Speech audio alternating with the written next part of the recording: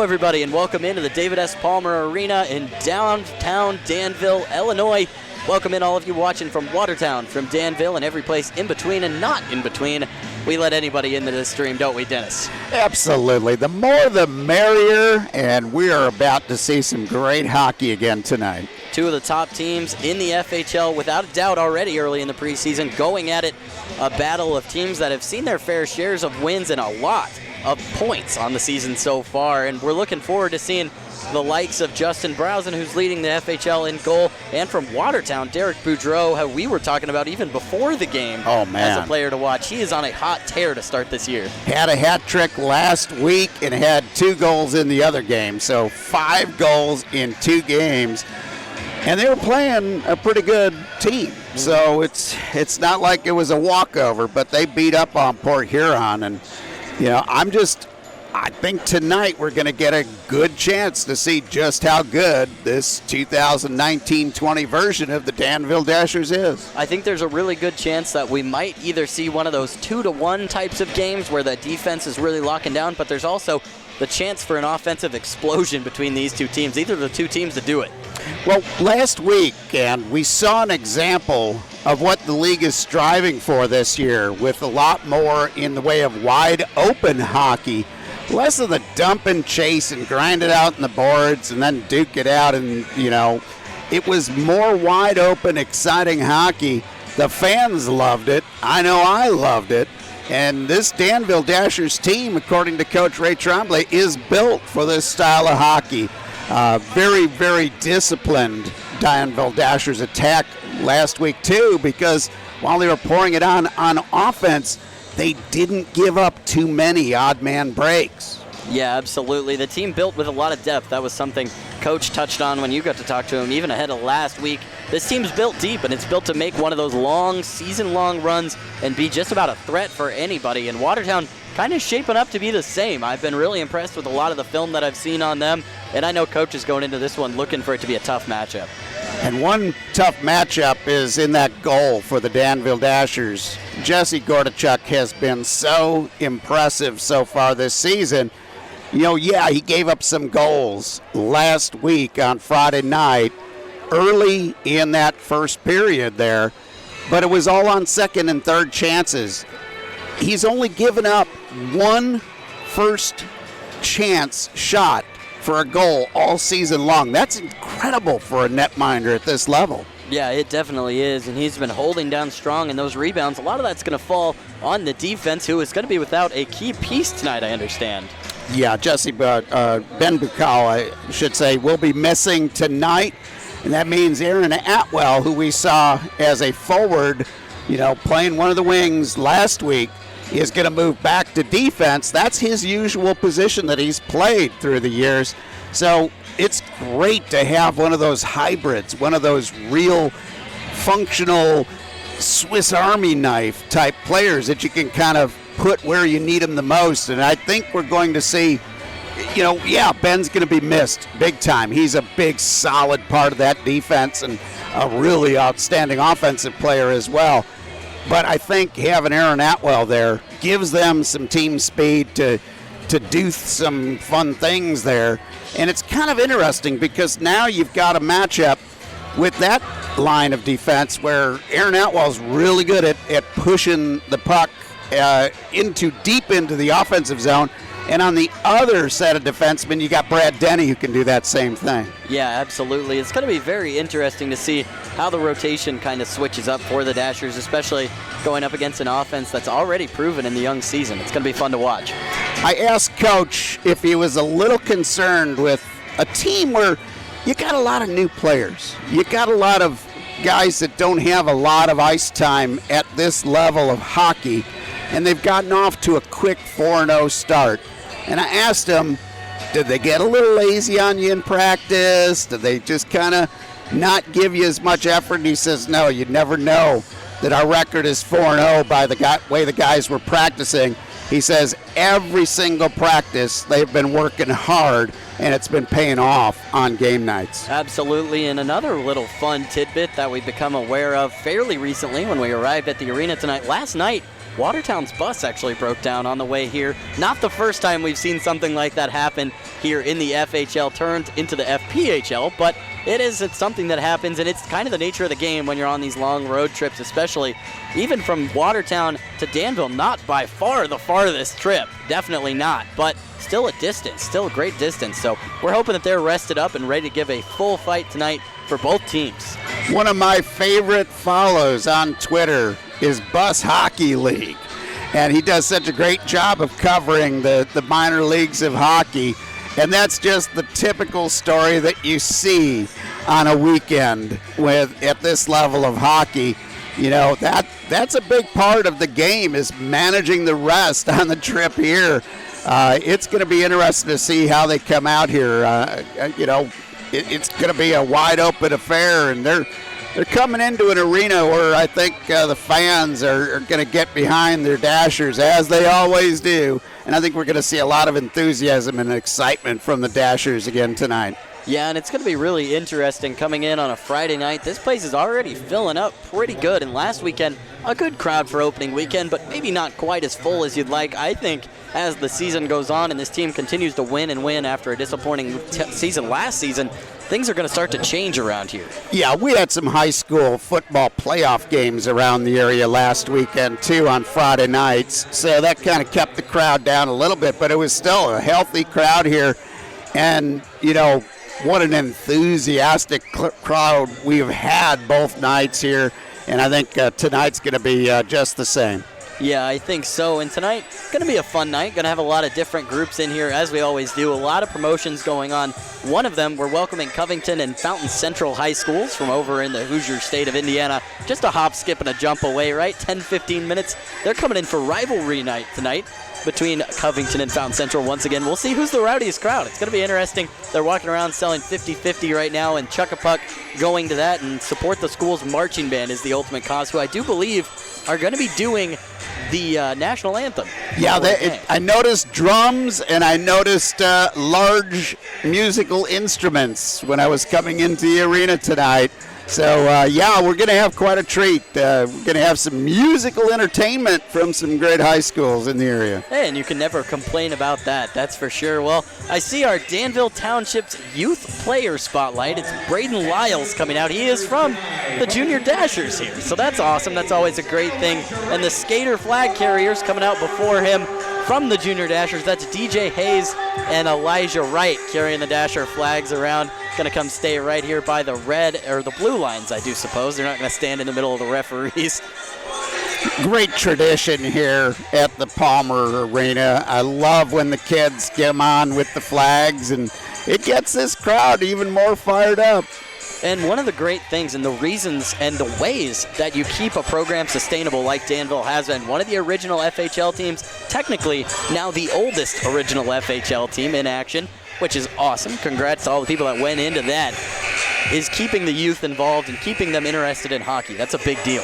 Yeah, the area Monocle's Pizzas are going to actually be behind the Dashers, Junior Dashers program on Monday. If you go there and have your pizza and present them the little coupon that's being given out here at the arena tonight, and I'm sure you can find one from the Junior Dashers guys in the area, or just tell them at Monocle's. They'll take good care of you, and that's great pizza too. Great pizza and great community people. They really do care, and we do see the Junior Dashers getting into their spots over here, getting a little extra flag waving. You got to keep those arms strong. Those things are heavy.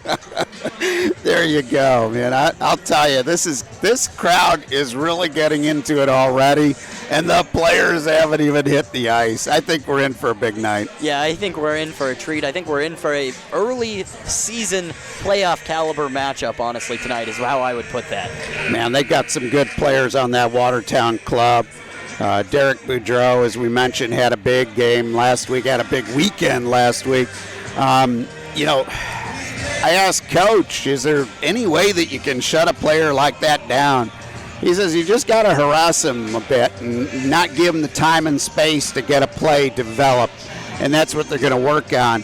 But what I noticed, what the Dashers did a really good job on defense last week, is they didn't worry about playing the puck as much as they worried about playing the man. If the man can't get to the puck, you got the advantage. And they did a really good job when they did have breakaways that they had to defense to stand those guys up in center ice, and they were also very good at counterattacking last week.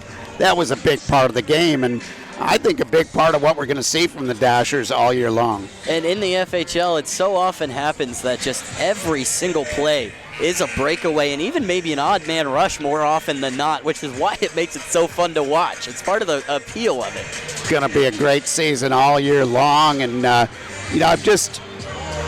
been a fan of this league in the past, and getting to call the games now with you is such a treat. But what's even more of a treat is the quality of play keeps getting better, because the talent level of the teams keeps getting better.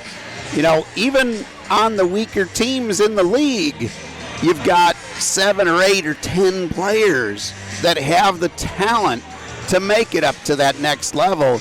And this Dashers team, I think the only thing we got to worry about this season is how many guys get that call-up, because we've seen some very impressive play so far this year. Absolutely, and one of the biggest factors of the FPHL, you're really happy to see them go, but you're sad to watch them leave, that's for sure. One thing the Dashers have also done a good job on early this season is the special teams. The penalty killing has been fantastic. I know Coach would like to see the power play even more deadly, but it's up there towards the top end of the league.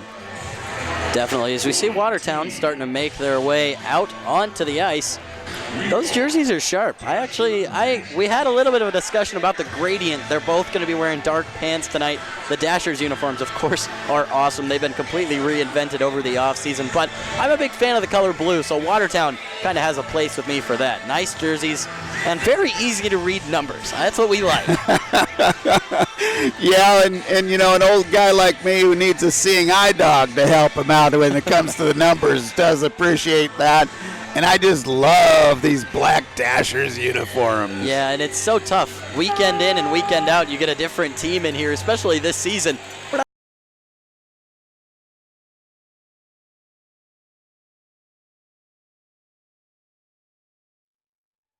Tommy B take you out here as the Dashers take the ice. Then we'll get to your starting lineups.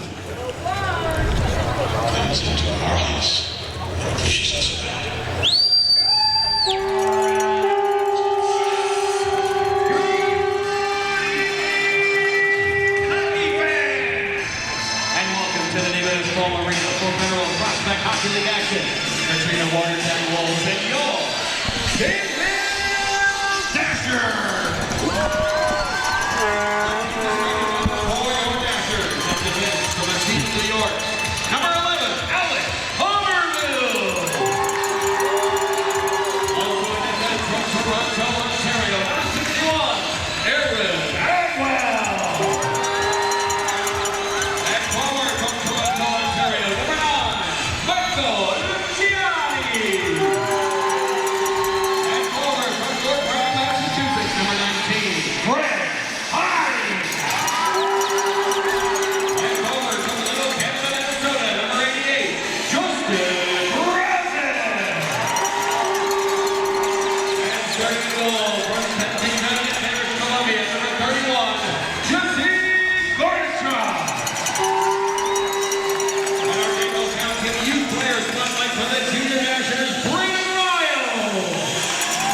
And another shout out there, Braden Lyles from the Junior Dashers, skating out with the Dashers. An awesome program, as we said earlier. The rest of the Dashers going to take the ice. We'll get to your starting lineup here as they line up at the center circle. But starting for the Dashers tonight, it's going to be Jesse Gordachuk in goal, as was said. Justin Browsen wearing the captain's badge again. Number 88 out there on the left wing. On the right wing opposite him, Marco Luciani. Number 9, the rookie in the FPHL, Fred Hine, the man of the hour. Number 19, the center's position, and Alex Palmerville at left defense, number 11. Number 61, right defense, Aaron Atwell. On the other side of the ice, it'll be Jeremy Palmenville in goal as we pause for your national anthem.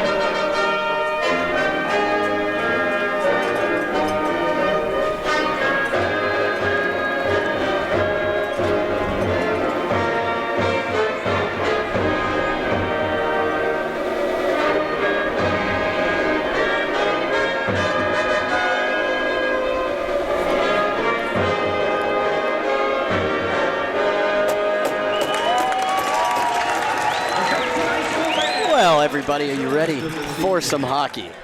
Starting once again for Watertown, we're going to go back through that. Jeremy Pominville wearing number 1 and playing goalie, manning the net.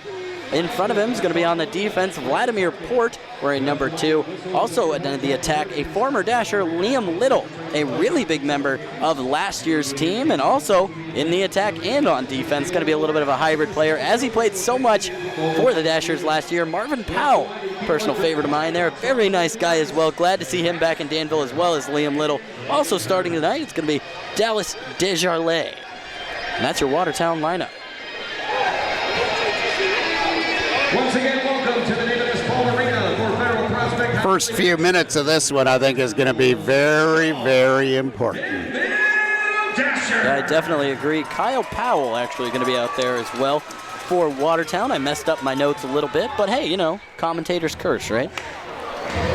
2 Powells in the starting lineup, so that makes it easy. If I have to guess a name, that's what I'm going with, Dennis. I think that's a good strategy. As Danville controls the faceoff, it's almost won by Powell. And Powell's going to cause some chaos as Watertown is pressing early here as Browsen comes around with it on the end. Luciani going to be caught on the streak there. He might get to this one first and be able to get it out, but it's going to be swallowed up by Watertown there. That's going to only come as far as Atwell, who fires a shot on net just wide right. That's going to come around the boards as Browsen's going to get it and try and dump it to Luciani. It's going to get as far as Fred Hine, though, who's probably going to dump it back here to Aaron Atwell. Watertown going to take over. Marvin Powell getting a stick on it as he's going to try it, but Atwell recovers over to Hine, looking for Justin Browsen on the other side of the net, who pops it sky high for a line change. Marvin Powell still out there for Watertown. Good active stick by the Dashers defense prevented that from being a problem. And another defensive stick there finds Johan Hoagland on the other side. He's going to find his Dashers defensive teammate.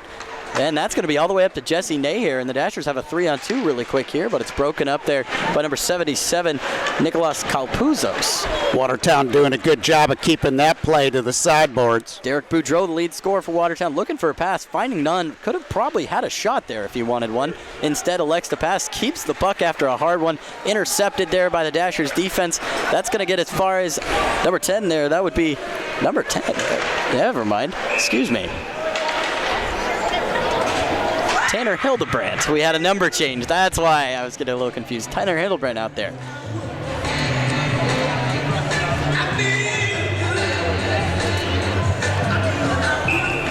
And we're going to have a frozen puck here. Our first of the night is going to come out to the right of Jeremy Pominville. It's going to be Patrick Zylak taking it against Cameron Dimmitt. 18:38 left in your first period, and the team's just kind of feeling each other out.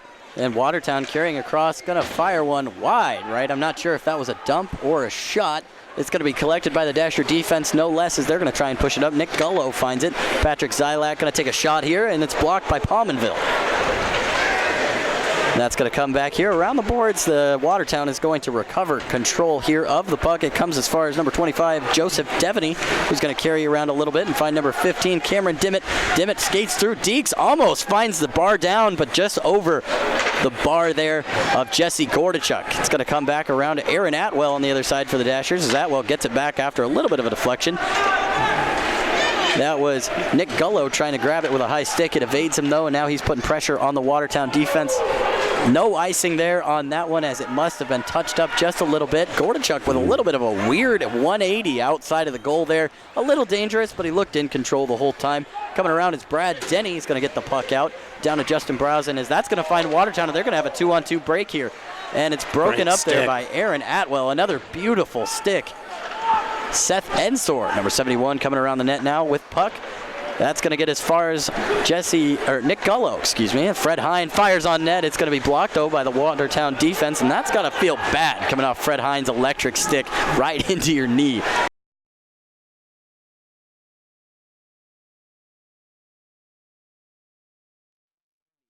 Gets it back to Gullo, who fires one on. It's going to be comfortably saved there. Jeremy Pominville.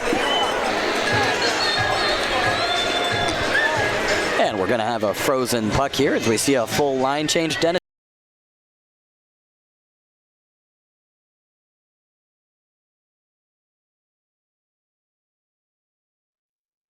One little bouncing puck away from having an even better chance. As we're going to come back around here. Dashers have another chance. A wraparound just goes off the post. Danville almost takes an early lead here. That's going to find assistant and coach there.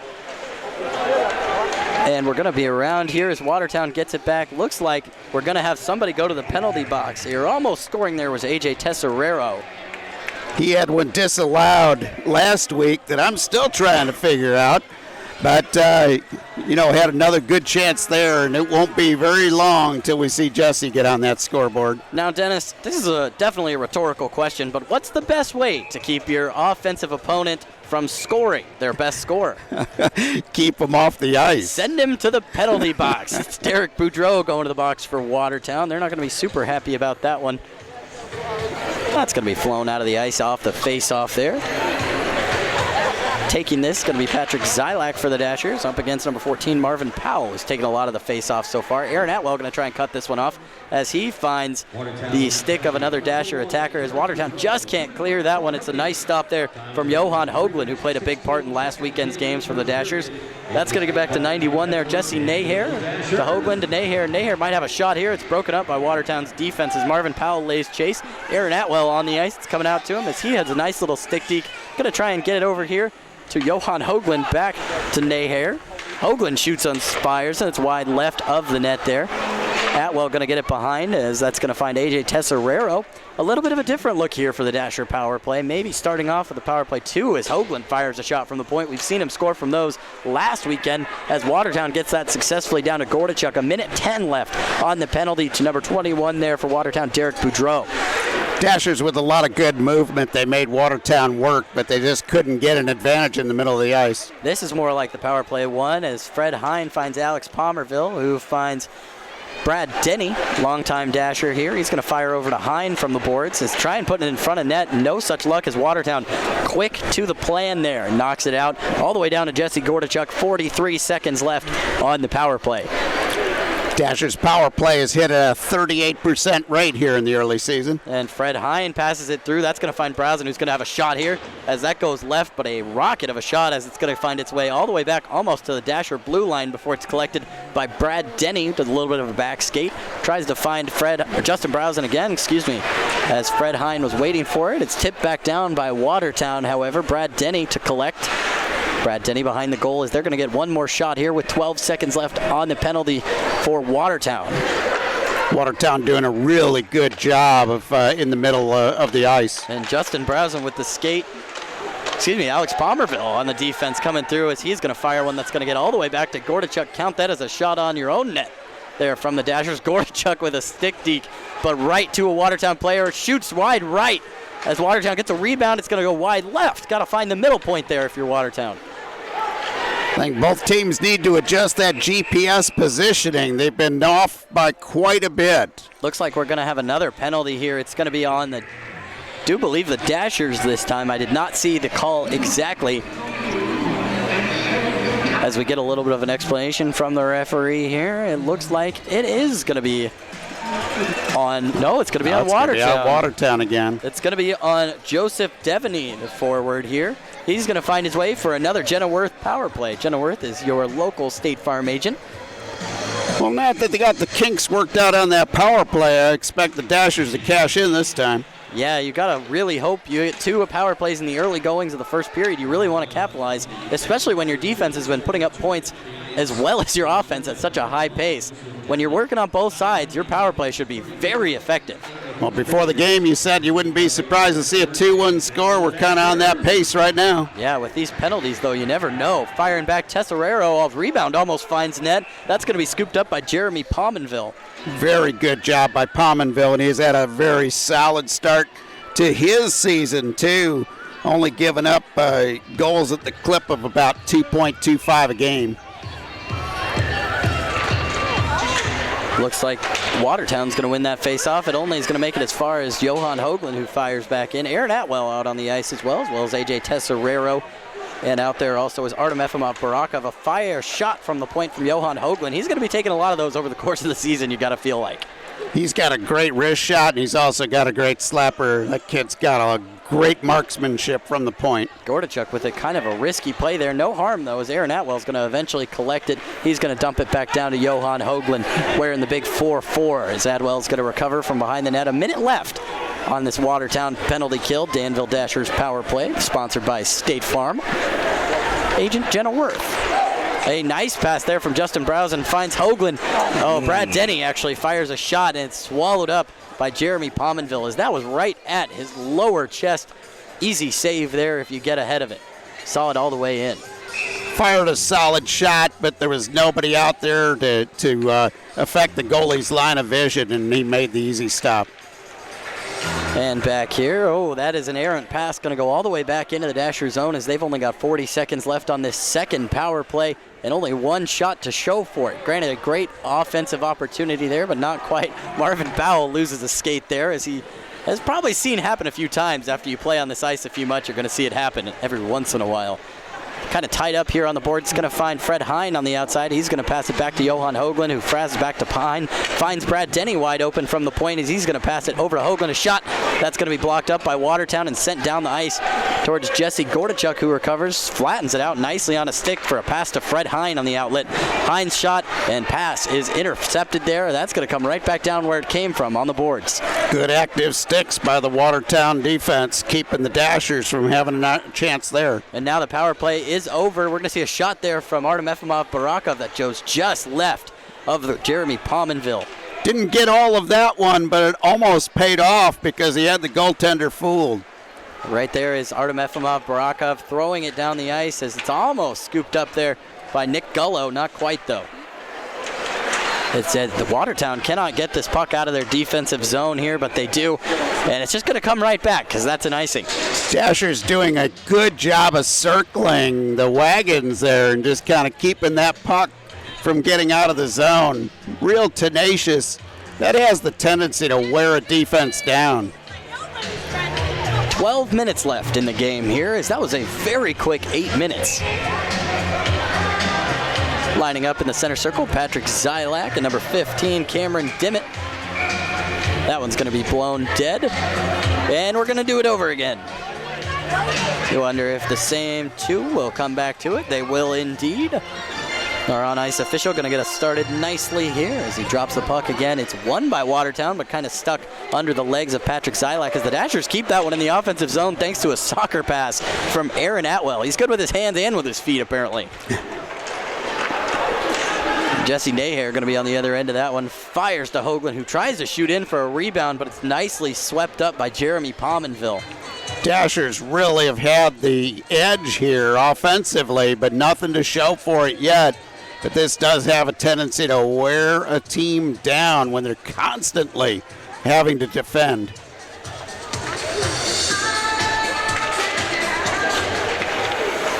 Watertown wins that one. An attempted shot on goal there, but no such luck. Dasher's going to recover from it, though. It looks like number 10 there is going to recover, and that's going to be Tanner Hildebrand, who's seeing increased ice time. That's going to be brought around the boards there by Jesse Nahair, who shows a lot of strength. Oh, that one's right on the front of net for Tanner Hildebrand, but he can't get on the end of it. Jesse Nahair going to recover from it, as the Dashers aren't going to get a line change here, even though it's dumped down into the offensive zone. Still pressing are the Dashers as Watertown comes back down. Urich going to bring it over into the blue zone. Going to take a shot, but a nice active stick there from Hildebrand nonetheless stops the shot entirely. A big hit delivered along the boards there from number 9, Lane King, who also has a plethora of assist points. A slap shot fired by Johan Hoagland, going to be swept up by Jeremy Pominville. Once again, Pominville, when he's got a good look at that, he's got a good active glove to make the stops.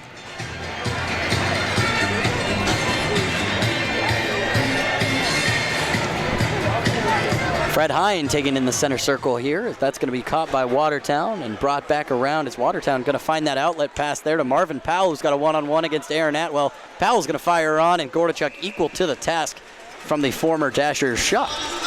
It's about the best opportunity that Watertown's had so far, and we're almost 10 minutes in. Yeah, we're almost halfway through the first period. If that had come any later, we would have had a media timeout off of that. Fred Hine going to win that one, but Watertown quick to recover. It's going to end up with a stick from Atwell anyway, as Alex Pomerville going to take it right back to Powell. Shot is swallowed up by Jesse Gordichuk, and you could not pass up that opportunity to take a shot. That's for sure. Marvin Powell can hit from range, and he almost does there, but Gordichuk, equal to the task, just swallows it up with his body. very dangerous chance there for Watertown. But once again, Gordy coming up big in the net.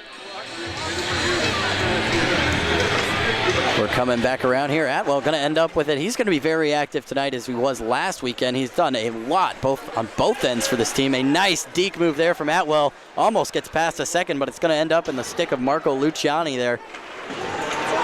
Watertown's Marvin Powell has it now. He's going to recover and get it out on the breakaway to number 47, Igor Kostyakov there.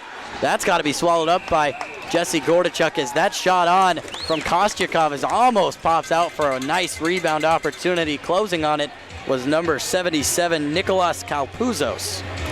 Yeah, tough 2-on-1 break there by Watertown against the Dashers, and boy, that was very, very dangerous. Dashers got to have somebody in that center circle there. It's going to be Patrick Zielak that comes over to take it.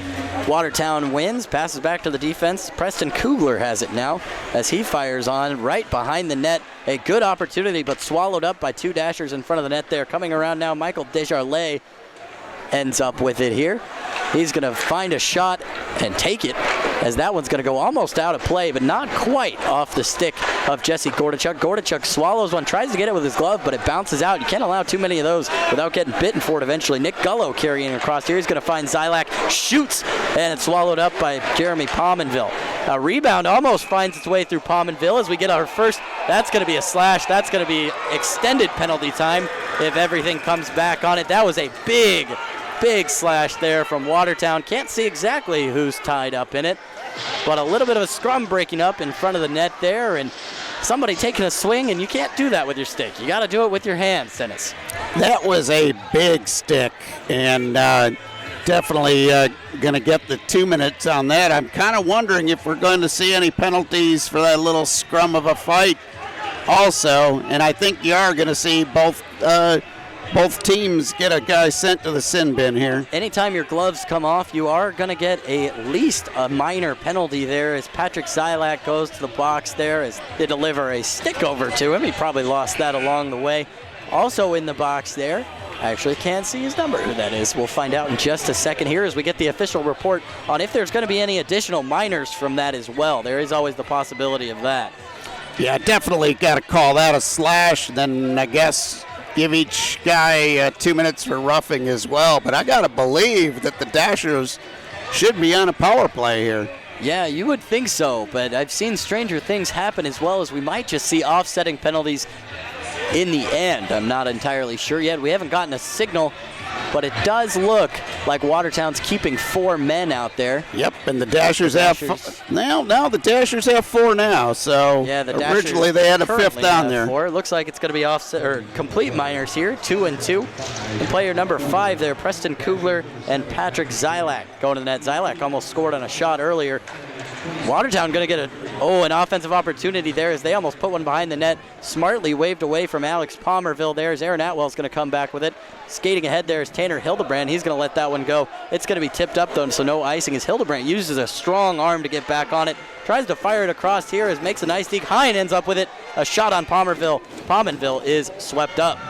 This 4-on-4 hockey could play to the strength of the Dashers, but I got to believe that Coach Ray Tremblay is not going to be too happy about missing out on that slashing power play when his player decided to try to retaliate. Yeah, Preston Kugler and Patrick Zilak both going to the bin for roughing, the official call there. As number 7 going to carry it behind the net there. That's Justin Coachman, who saw some time in the FPHL last year.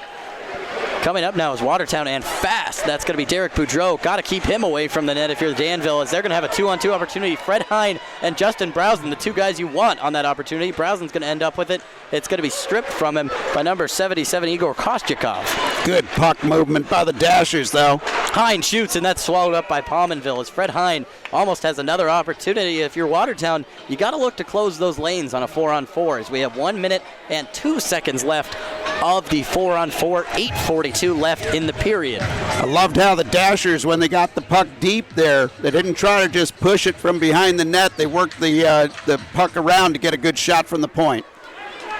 Danville going to come up on the defensive end of this one is on the ice for Watertown. Up there pacing the defense is Joseph Devaney. That one's going to find Devaney out left here. As on the other side, we've got Cameron Dimmitt. Devaney in on Gordichuk. A pass over to Dimmitt, but not quite put in the back of the net as the Dashers going to try and get this one out. It's Justin Browsen taking a 1-on-2. A little bit of stick work, keeps it somehow, and then loses it again. He's going to fight right there with Austin Petrie to try and get that one back. Got some fresh legs out there for the Dashers, and he bought him some time. Browsen lays a big hit on the other side as well. Right back into it, though, and it was on Joseph Devaney.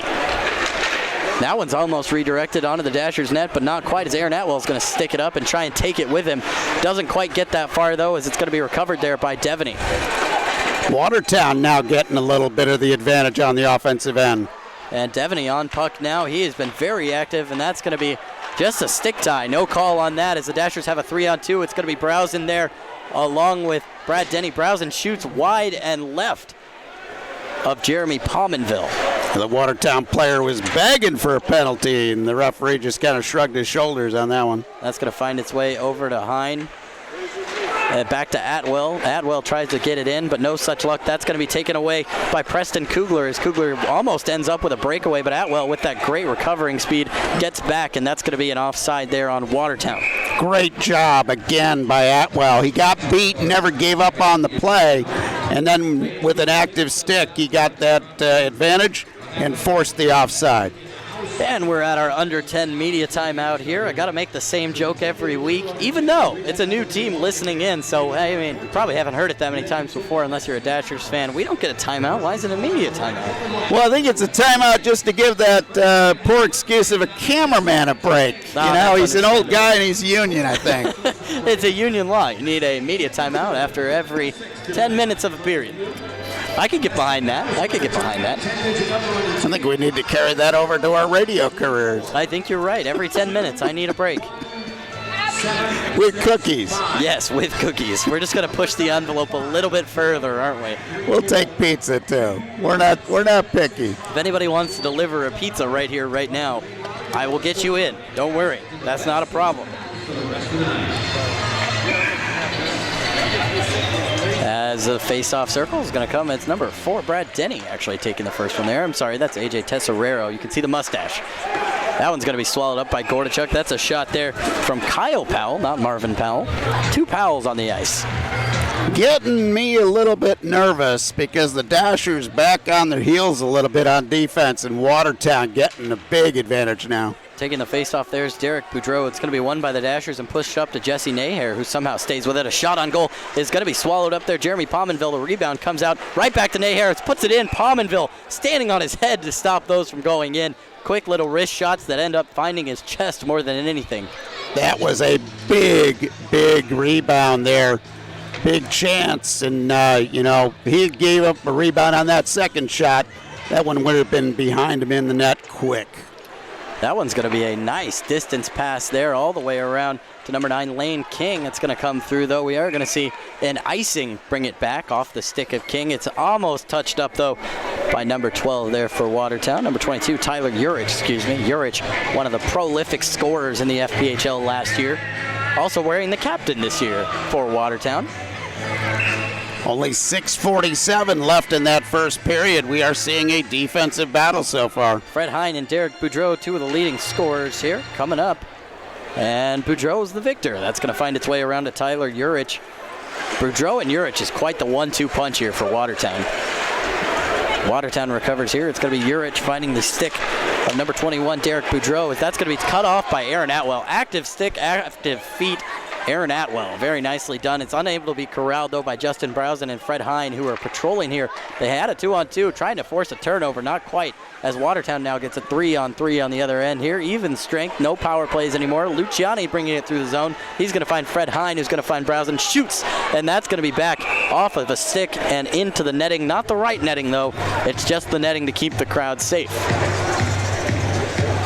What's really impressed me with Aaron Atwell this season is not just how active he is with the stick, not just how great he is as a defensive player standing his guy up. He reads a play so well. He was like a free safety in football there. he saw that play developing all the way, and he read the pass, and he intercepted it. And coming around, Watertown's going to win this one as we come back here. It's going to find the stick, number 15, Cameron Dimmitt, who tries to find Boudreau, but is unsuccessful in that. Actually, Joseph Devaney out there, excuse me. That's going to be Brad Denny recovering here with Johan Hoagland. Nick Gullo ends up on the side of it. He's out there with Patrick Zylak, caught up in a scrap earlier. Hoagland going to end up with it. Deeks back, passes over to Denny. Has Hoagland back with it now, looking for an outlet. No such luck there as Watertown's got it swallowed up. He tries a very interesting pass there. Patrick Zylak actually going to come on the end of it thanks to a nice hit there laid by Artem Efimov Barakov, who comes out. It's going to be Nick Gullo out there trying to get a hold of the stick, but the Watertown defense really pestering him there with active sticks of their own. That's going to come back to Hoagland, who passes it down. It's going to get past Nick Gullo and come back over to Artem Efimov Barakov as Watertown recovers after an extended period of offense there from the Dashers that really resulted in nothing. Joseph Devaney tries to fire one on. It's only going to get as far as Jesse Gordichuk, as it's really going to go wide to the left of him, as Dashers really fighting on defense to get that puck back and showing some good results because of it. It'll be interesting to take a look at the possession stats at the end of this one here. Johan Hoagland coming back around with it, fires it up the boards. It's almost cut off there by number 47, Igor Kostyakov, but not quite. Kostyakov back on it now. Back here on the side is Nicholas Kalpuzos, seen a lot of ice time already, as Gordichuk just kind of sealing up that right side of his net as the Dashers find it. AJ Tesorero, player coach, coming down the ice here, tries to deep past a 1-on-4. Usually the 4 are going to win that, Dennis. Yeah, again, he was buying some time for his teammates to switch on the fly. That one is not going to come back for an icing as it's touched up first there by Igor Kostyakov. It's played up here. It's going to be almost turned over and eventually completely turned over, almost to the stick of Johan Hoagland, who gets back on it. Tanner Hildebrandt not quite able to get on it. It's chaotic right now, to say the least. Jesse Naher going to be chasing this one with Nicholas Kalpuzos, as Naher going to get on the end of it, try and find an outlet pass. It's just not happening for either team right now, as Watertown's going to have a breakaway. Derek Boudreau coming around. He's going to skate back. That's a fire over to Tyler Urich, who shoots and scores. A great play setting that goal up. Been a very prolific goal scorer himself, and he was the playmaker there. A great deke, and then getting that puck out to the middle. The Dasher defense a little slow to recover, and Gordichuk did not have a chance. And with 3:55 left to go in the first period, the Dashers now find themselves behind one off the stick of Tyler Urich. That's a nice dynamic duo that Watertown has.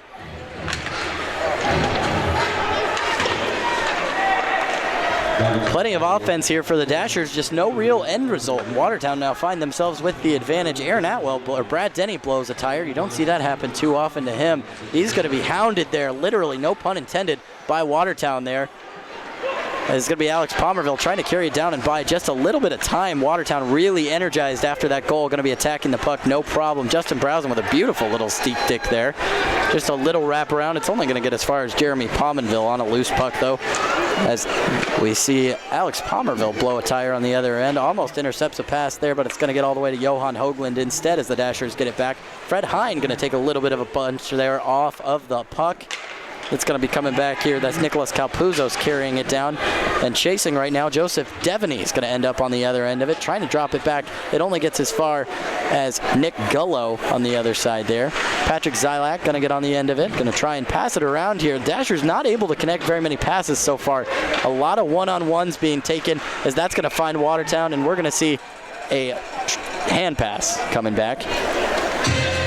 Well, I thought they were going to call a hook there. I did too. I almost thought it was going to be a hooking, but just a hand pass. No harm, no foul, as we got 2:49 left right here.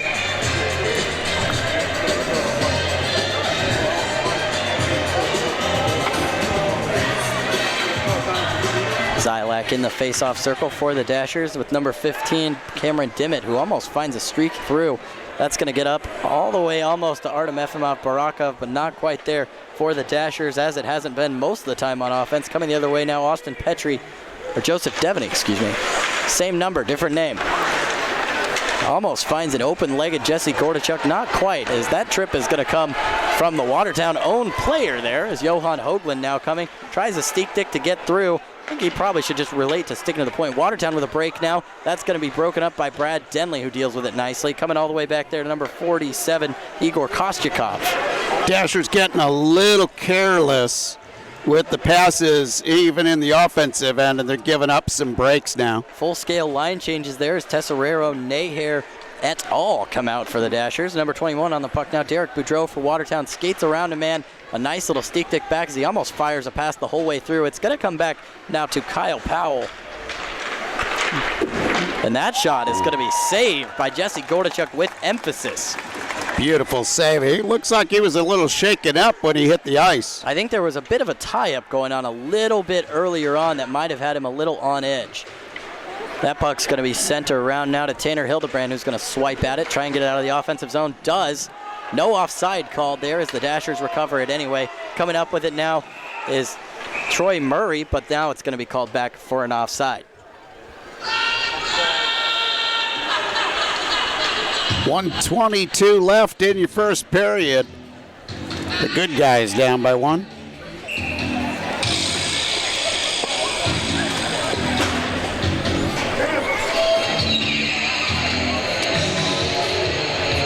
Once again, thanks everybody for joining in here on the Dashers stream and the FPHL. We're in weekend number 3 here of the season, the young, very young season, as Watertown is up to a 1-0 lead with 1:13 left in the first period.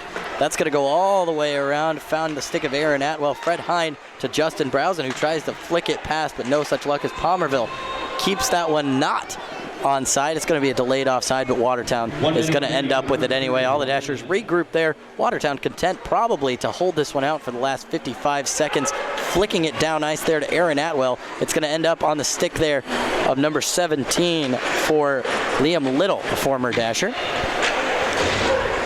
Aaron Atwell back with it now. He fires over to Alex Palmerville, who flicks one down, but that's not going to come back. The Dashers first to it. A hard slap shot sucked up by Jeremy Palmenville.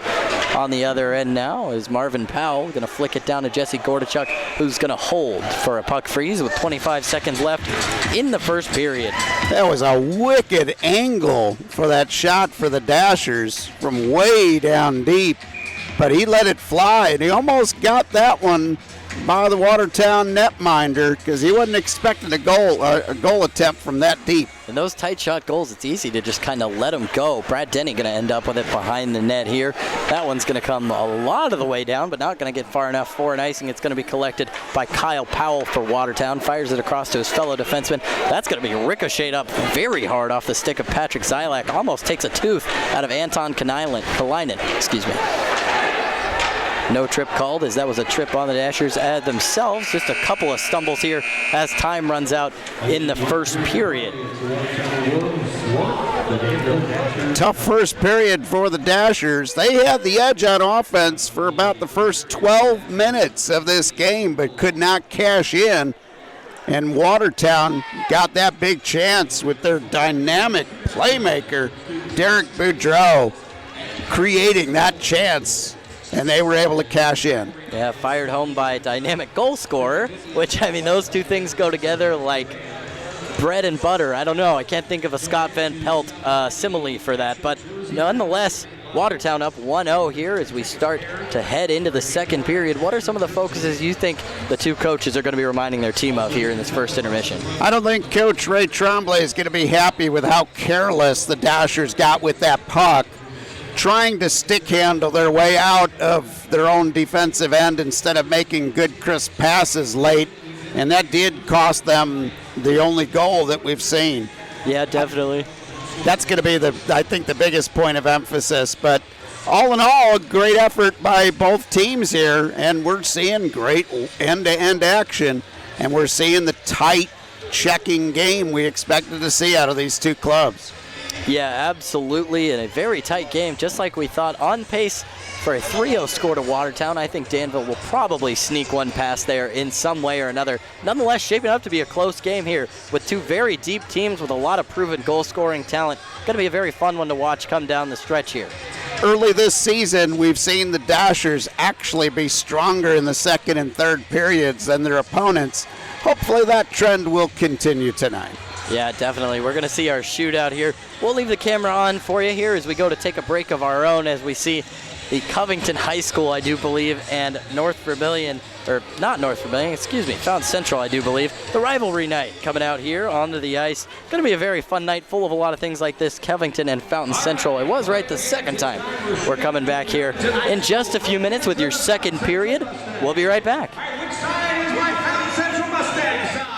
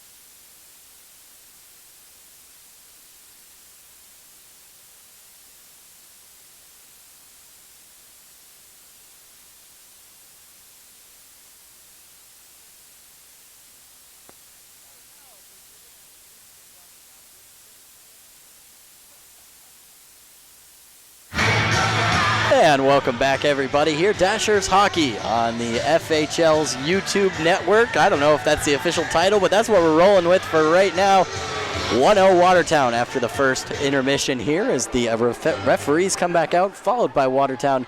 Danville making their way out soon after. Dennis, if you're Danville, you're coming down here, down a goal, what's the first thing on your mind coming out of the locker room? Don't change a thing. Come out with the same intensity that you did there early in the first period.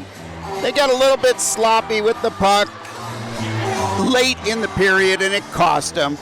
But fundamentally, Danville outplayed Watertown for the first 12 minutes. They just didn't put the biscuit in the basket.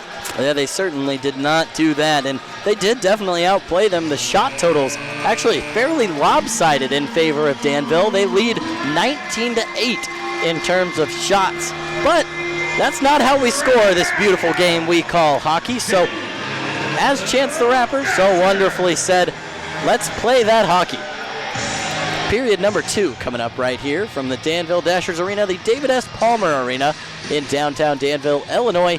We're back here looking out at the face-off circle. Looks like we're going to get a face-off, probably rematch from the beginning of the game here with Fred Hine taking the shot here for the Dashers.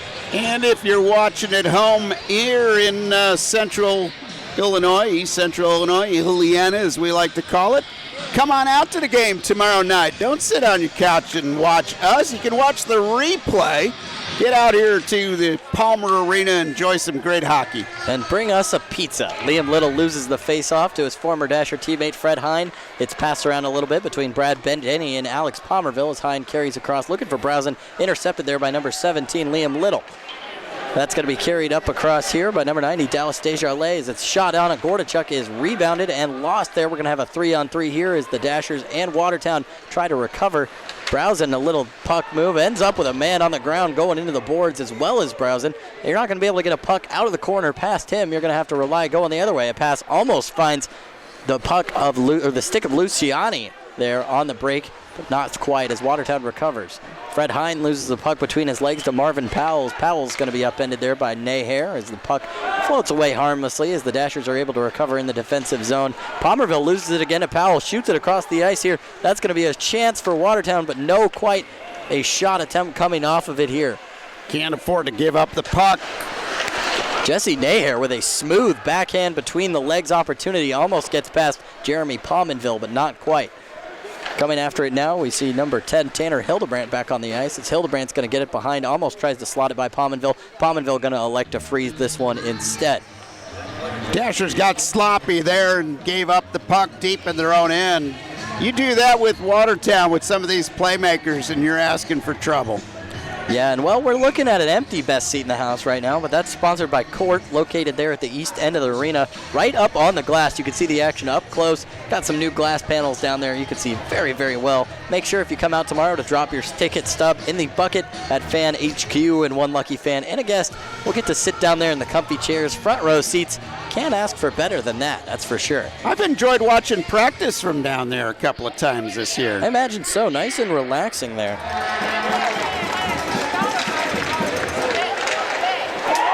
That's going to be a Dasher goal right off of the face-off. A.J. Tesserero shots on goal and scores. That was a great chance for the Dashers. They won the puck and cashed in right away. And, of course, we go down here to edit the score and make sure things are going well on the stream, and they slot one past here. That's just the kind of thing A.J.'s probably going to laugh about as we get back to the office later on.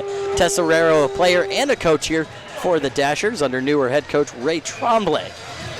Taking the faceoffs, Tesserero and number 21, Derek Boudreau for Watertown. That's passing back between the Watertown defense. Coming up with it now is going to be Lane King as Lane King settles. He passes it forward to number 22, Tyler Urich, the goal scorer.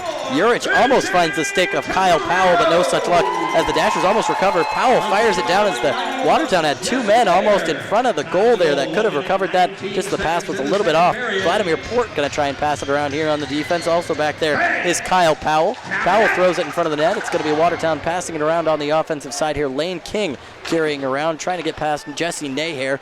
He does so and fires it back to Tyler Urich, who carries around behind goal. He's being kind of stick-held there by the Dasher defense as the Dashers going to come back with a quick 3-on-2 if they move quickly here. Hildebrand on the right side. It's going to find the stick of the left side, though. It's Alex Palmerville that's almost going to have a shot on there as he lays a big hit, but almost ends up the worst because of it. He ends up on the glass there and then on the floor as 2 of them collide there. That hit laid on number 9, Lane King of Watertown. Palmerville did a good job in the deep defensive end there for the Dashers, cleaning up what could have been a big chance for Watertown. Kyle Powell and Jesse Port passing back and forth there. That shot's going to be fired off of Gordichuk as his helmet comes off as well. He shaked that one off. He needs a rest, and that's the way you get that. That's a heads-up play there after a headshot. You're going to want to take a look at yourself and reevaluate. Yeah, and that's why more kids do not play goalie. Man, he took one right off the mask. And it shook him up pretty good, but he's ready to go. Never a great feeling, but he's right back at it. As it's going to be a face-off here to his right. Watertown wins it. It's going to come back to Danville, though, eventually. That one's flicked up almost over the boards by Artem Efimov Barakov, as Danville almost has a breakaway with Patrick Zylak and Nick Gullo, but no such luck there as Watertown's going to recover. Nick Gullo does a great job at keeping that one in the offensive zone, but no longer afterwards. Coming down the side here now is Seth Ensor as he carries around past 2 Watertown defensemen, but he loses the puck in the end. It was basically a 1v3 there coming down the right side of the boards, actually to the left of Jeremy Palmenville. Watertown breaking back across now. It's Joseph Devaney on the puck. That's going to be fired back down there to the Danville defense. On the other side, it's going to find Johan Hoagland. Coming back around now is got to get the stick off of your puck there as Seth Ensor is going to end up with it.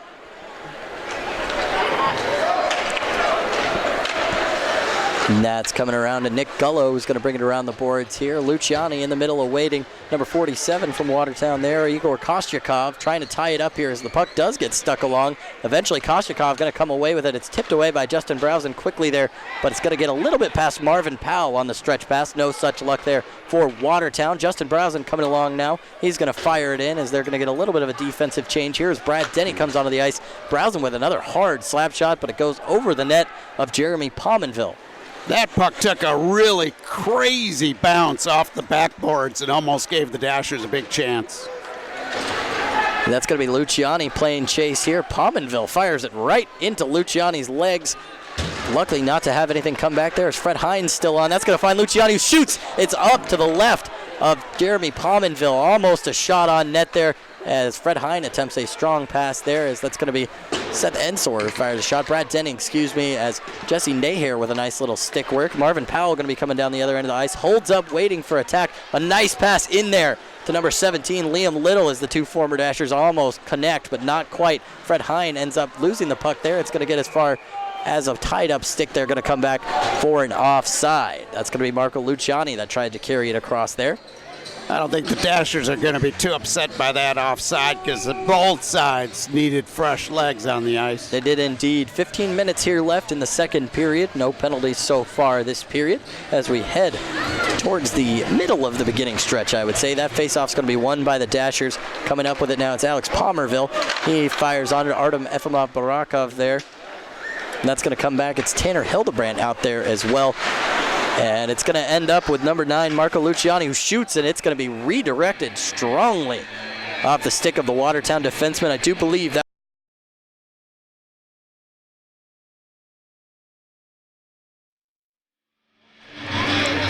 Fresh legs in the offensive zone.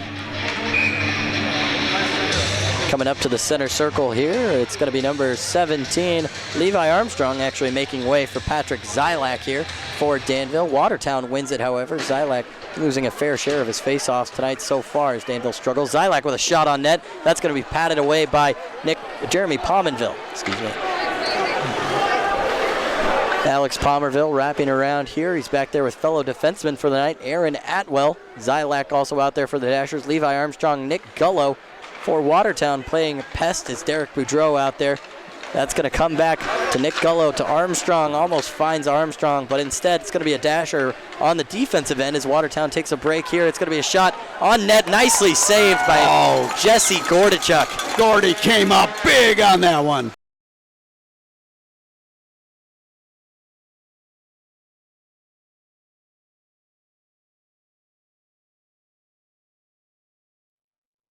Left side here of Jesse Gordachuk. Well, the Dashers gave up a big chance there, but Gordachuk just came up big. Cameron Dimmitt and Fred Hine taking the face-off as Hine is the victor. It comes out on their side. Fired off the toe of the on-ice official. He is not on your team, whichever team you're trying to play for. Luciani finds the stick of Fred Hine. Fred Hine shoots. It's swallowed up by Jeremy Pominville. That was a great idea there, just coming up firing. Sure seems like Pominville is going to be able to recover from most of those if he sees them the whole way through.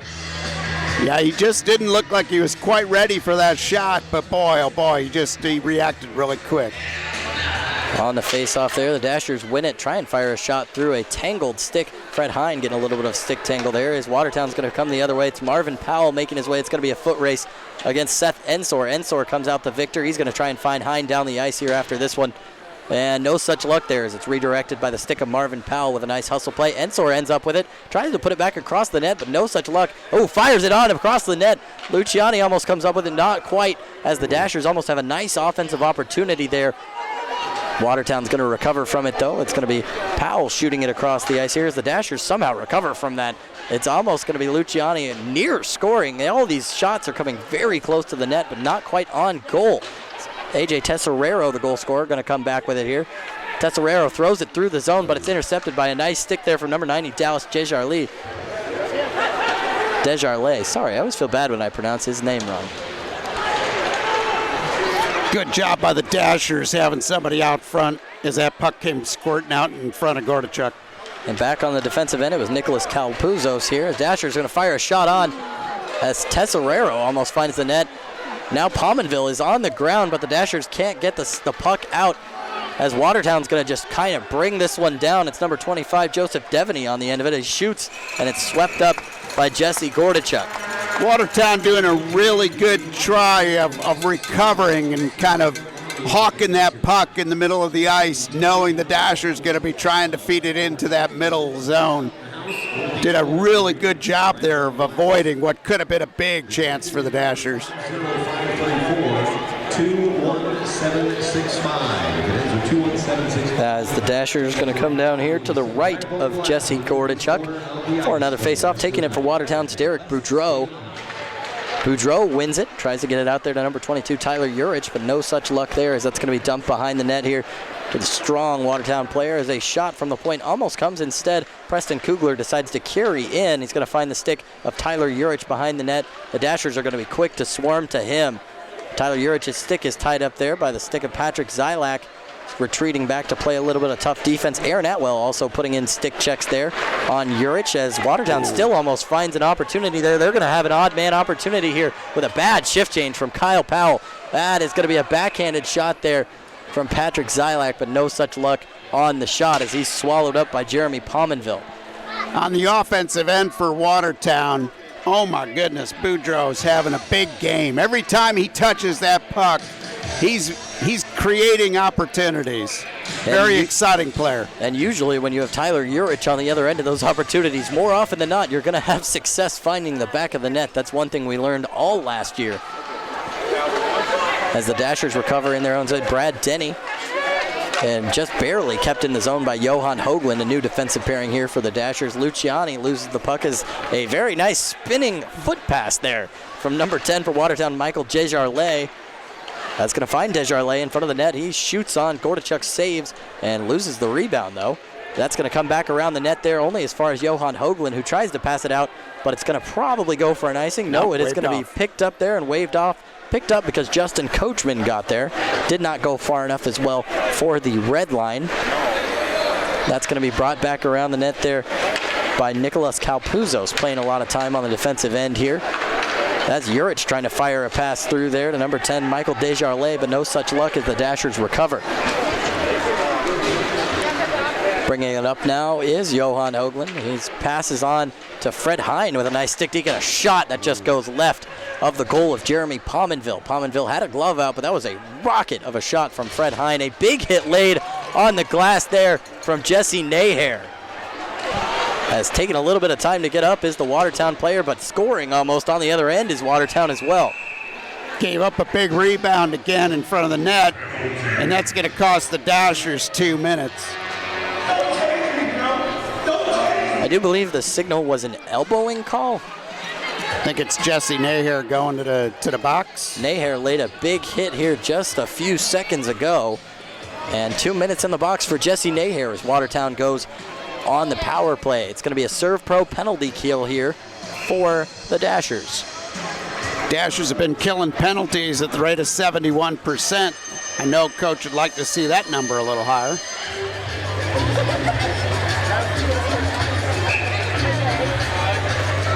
In the face-off circle here, Derek Boudreau and number 19, Fred Hine. As Nick Gullo actually taking the face-off there. As the Dashers, if they're quick, might have an opportunity here. Smart move out by Jeremy Pominville to get to that puck instead as it's passed on to Watertown. Nick Gullo going to be on the under shot. Jeremy Pominville, oh my, almost put in the side of the net there in a chaotic mess in front of the net of Watertown. Watertown got to clean up the passing a little bit here, giving away too many turnovers on the penalty kill, or the power play. Pominville had lost his stick. It was just a sitting duck. The Dashers almost cashed in shorthanded. Tyler Urich bringing it up now. He passes over to Kyle Powell. Back to Urich. Urich drifts into the offensive zone, dumps it down there for number 9, Lane King. Back on the other end of it, Urich almost has an opportunity. Jesse Gordachuk stops that one with his body. Popped up in the air. It's going to come back out to the point to Kyle Powell. On the other end is Vladimir Port, but he elects to go into the offensive zone. Nonetheless, to number 22, Tyler Urich. 27, Kyle Powell here going to recollect as a nice stick check from number 10 there on the Dashers. Gets the puck out of the area. That's Tanner Hildebrandt putting on a solid defensive shift. This one's going to be swept down the ice as the Dashers are going to look to run with this one. Passes out to Fred Hine, who's going to try and get past a man here and fires a backhanded wrist shot onto Jeremy Pominville. He's equal to the task, though, as the Dashers now forced to get back quick as the oncoming Lane King comes towards his net. Gordachuk over to cross out the wraparound as that's going to end up finding number 77, Nicholas Kalpuzos on the other end. Ending up with it now, Tyler Urich battling with number 44, Johan Hoagland for possession. This one's going to come out to Patrick Zylak, who might have a breakaway. A very nicely job done by Derek Boudreau of breaking that one up as the offensive player really does break up an offensive penalty kill opportunity for the Dashers. Yet to score a shorthand goal here on the season. And a lot of that comes from not giving up very many penalties. Tonight, different a little bit, though, as Patrick Zylak is wrapped up there. That's going to be a hooking call as we're going to see Michael Desjardins go to the box. Very dangerous play there by the Dashers. Kind of stick handling right in front of Gordachuk and being a little sloppy with it, but got a little help from the Watertown player who got that stick a little too active. As Patrick Zylak also going to find his way over the box as we're going to have some 4-on-3 hockey, I believe. We'll wait for the oncoming call on what Zylak's was. It could have been a roughing as well as a hooking there. We're not going to get an official word here right away, but we'll get one eventually. We got to have a direct line to the referee's box. That's our next on our wish list. Well, the first penalty's got to be really close to getting over. It's 1 second away. You are correct. And Nahair standing up in the box. That was my first hint. He's ready to leave and get out of there and rejoin the fray here as the Dashers have 4 men out there against 5. We are back to 5-on-4 hockey as the penalty's not yet up on the board, although the clock is running. So very interesting. And now we're back to even strength. Very interesting ruling there. Not sure what happened. We'll get the official word on that. We're back to even strength here nonetheless with 2 men in the box, 1 for each team. That one's brought down into a scrum. Eventually going to get out of there is Ej Tesorero, the goal scorer for the Dashers, as he's put into the boards there by number 90, Dallas Desjardins, assuming the brother of Michael Desjardins. Wrapping it around now is Tesorero. Going to try and deke it through and shot on Pominville, but Pominville directs it out. That one's going to be shot back down the ice here, even strength, so not far enough for icing anyway, as number 25, Joseph Devaney, going to end up on the end of it. A nicely played offensive opportunity there from Watertown, but no end result as the Dasher defense and Jesse Gordachuk sort that one out. Vladimir Port on the puck now as he's looking for an outlet pass anywhere he can find one. Liam Little ends up with it. It's going to come only as far as number 24, Tyler Prendergast there. Prendergast on the Wolves last year. A big clearinghouse hit from A.J. Tesserero. Leaves a man on the ground. He took a big hit there from Tesserero.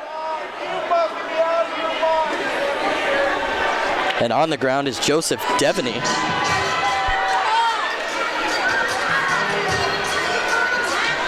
It's getting kind of busy down there in the old penalty box. Yeah, it's getting to be a heavy traffic area.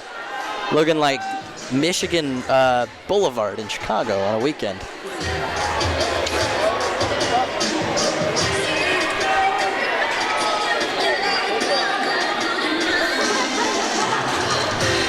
Not going to see, we are going to see something come of it. It would look like Watertown is going to go on the power play here as we've got another serve pro penalty kill. Might as well just keep that up on the screen at this point. A.J. Tesserero going to get booked for tripping on that one. A very interesting, would have thought would have been cross-checking or something similar to that, but no, tripping sends Tesserero to the box for 2 minutes. 1:50 left on that power play currently. 7:40 left in the second period. Still a tie game. That one's going to be shot down by Nick Gullo. Fred Hine, no chance of catching up to that one, but no icing as it is a power play. Vladimir Port carries it around now, waiting for supply from Derek Boudreau. Boudreau is going to be the one that carries it up. A long stretch pass there to the stick of Tyler Urich. Boudreau and Urich, the dynamic duo here for Watertown. Kyle Powell carries it up. Eventually, this is going to find the stick of Vladimir Port, but instead, number 11, Alex Palmerville, going to be on the other end of it. Dumps back to the point for number 27, Kyle Powell. Powell over to Port.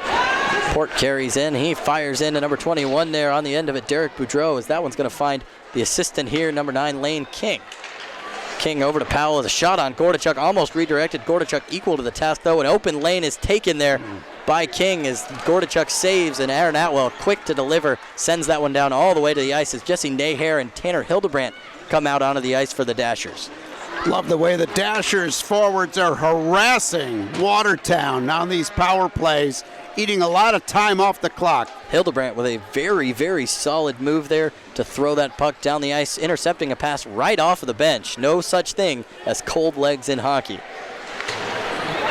Cameron Dimmitt passes over to Urich there. Urich now on the point.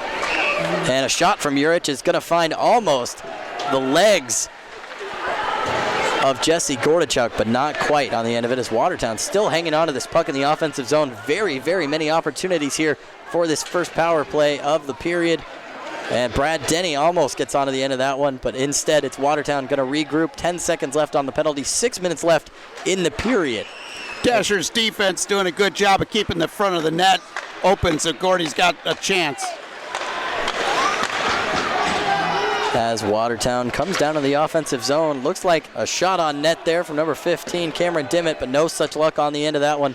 That one is going to come back for icing as we are now at full strength for both sides. Finally, a clear penalty box. I think the guys working the box, I hope they're getting paid by the penalty minute tonight.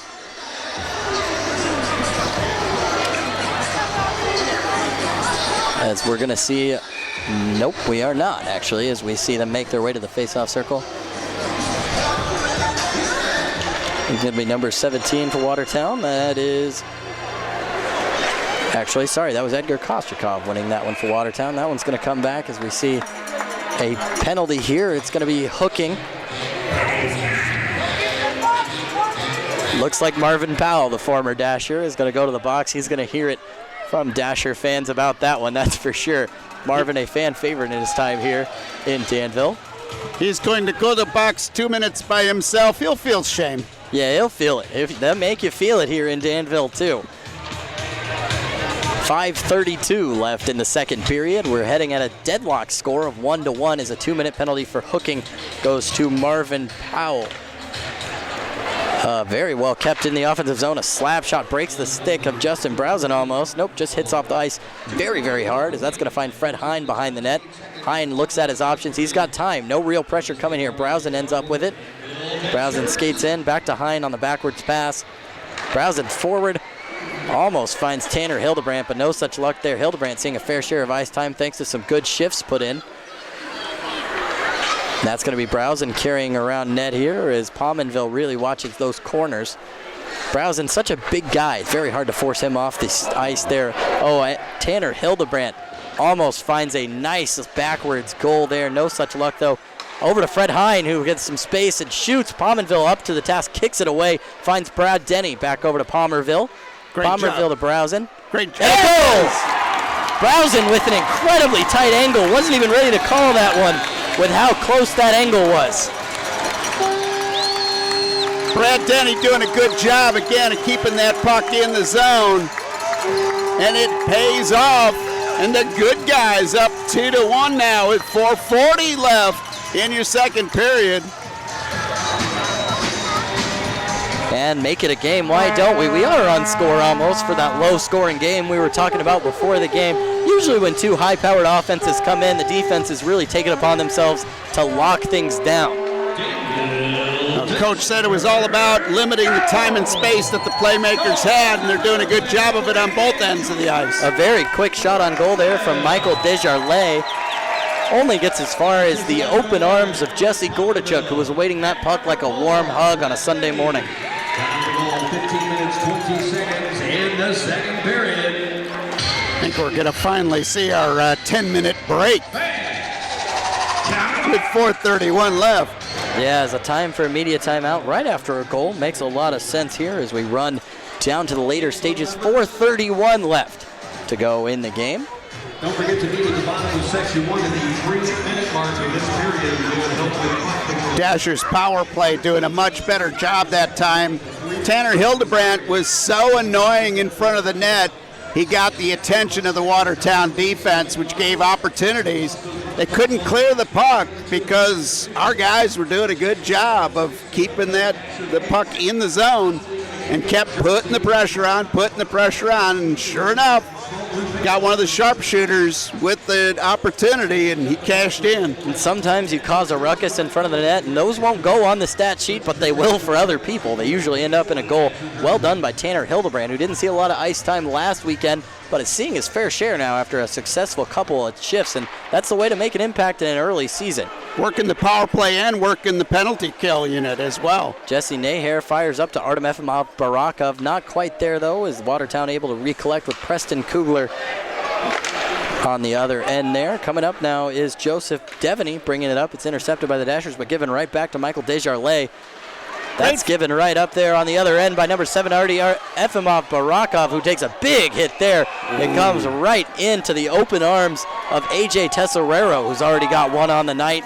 Almost finds himself with an assist in exchange for that big hit. Great job of picking up the defensive pressure there, taking the big hit, dropping the puck back to AJ, and he let loose with a shot. But the Watertown goalie coming up big.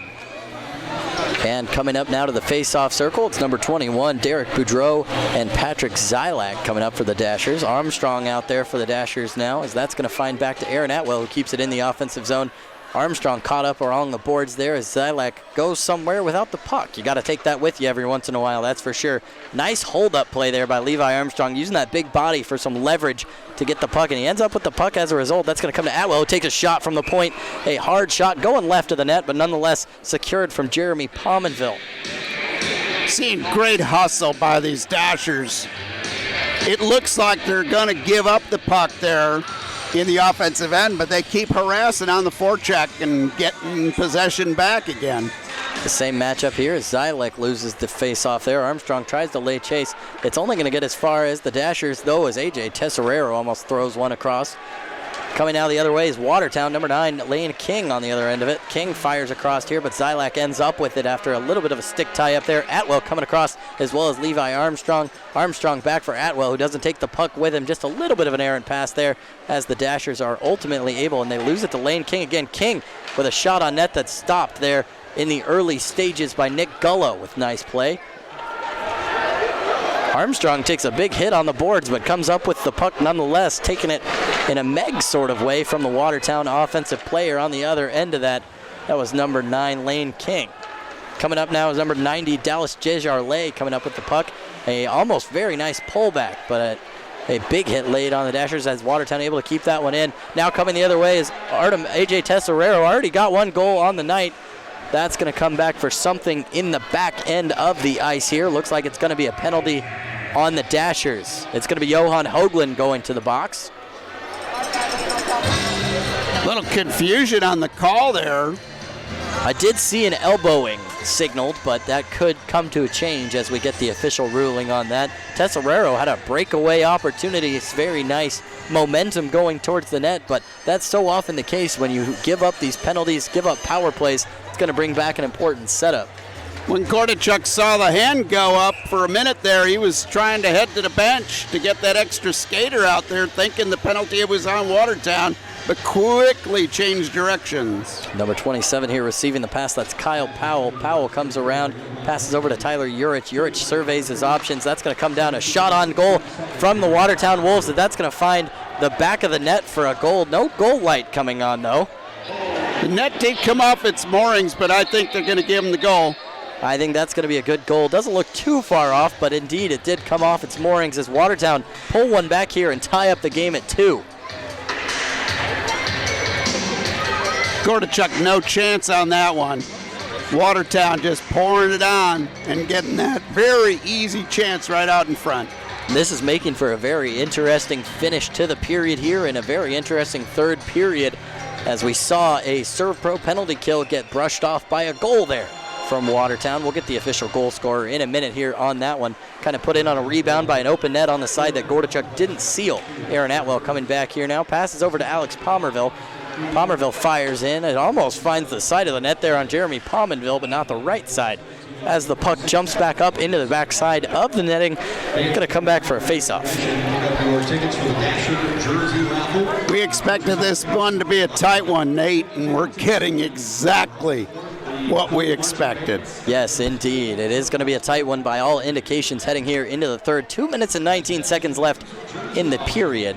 Penalty box is clear as Fred Hine and number 17, Liam Little, going to be taking the face-off here. Little handled a lot of the face-off duties last year for the Dashers, going up against somebody who would have been passing to off of those Fred Hine. Atwell bringing it up the side here. Going to elect to dump it down here as they try and force some bad passing. Tanner Hildebrand out there to make ruckus once more.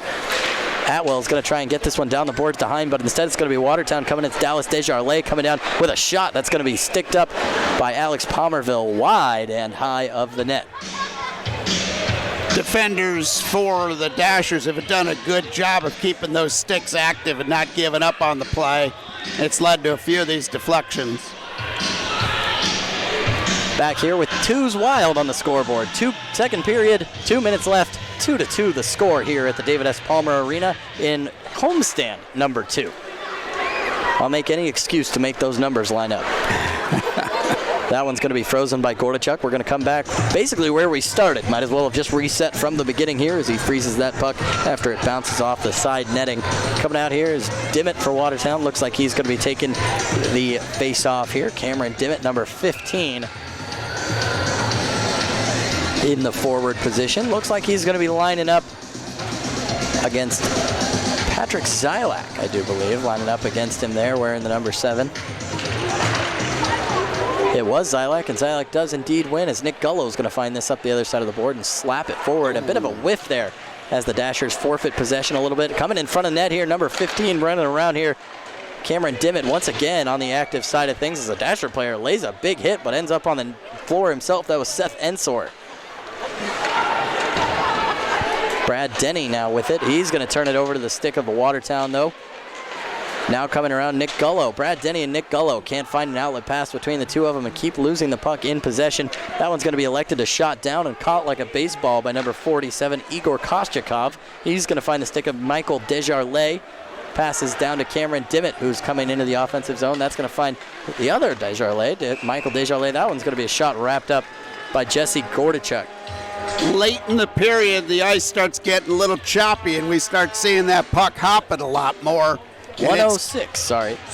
Done a good job of eluding those Dasher players trying to make the clearing play. 106 left in the second period here as we come back around. Fred Hine now in the face-off circle. AJ Tesorero out there as well as Alex Pomerville et al. Coming around now, Watertown wins that face-off on the offensive side. That one's going to be blocked off the ankle of Tesorero, but Watertown going to remain in possession. Aaron Atwell takes it away, though. Hine over to Browsen. Actually, Tanner Hildebrand, excuse me. Hildebrand going to try and get this one. It's nicely played off the boards by Jeremy Pominville. Finds the stick of Lane King. King fires over, and that's going to find Tyler Urich, who's going to dump this into the zone for Aaron Atwell to recover from. Atwell pressured there nicely by Watertown, but Atwell up to the task there. It's going to eventually find its way to Vladimir Port. Port puts it through to Lane King, and King fighting for it now with Alex Pomerville, the Dasher assistant captain.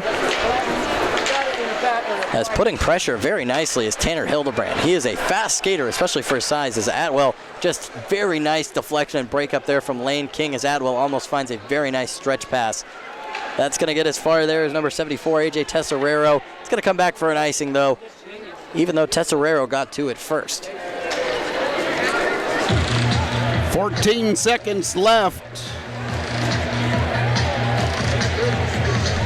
And now they're going to go ahead and make this a center ice face-off, realizing their mistake.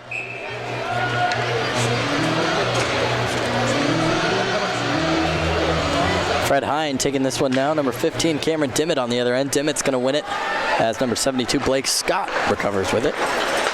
Not Blake Scott. Blake Scott is a goalie. He's been on the Dashers before.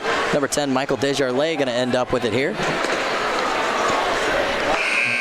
And that's going to do it for the second period. 2 still wild until we switch that period mark. 2-2 here at the Palmer Arena in the second period. We're going to take a little bit of an intermission here, and we'll be right back with you. But for right now, the Danville Dashers and the Watertown Wolves, longtime rivals, faced in the playoffs a handful of times, gonna go right into the third period with a tie game. Third period may decide this game. If not, we're headed to overtime. We'll be right back with you in just a little bit here on the Danville Dashers Broadcast Network.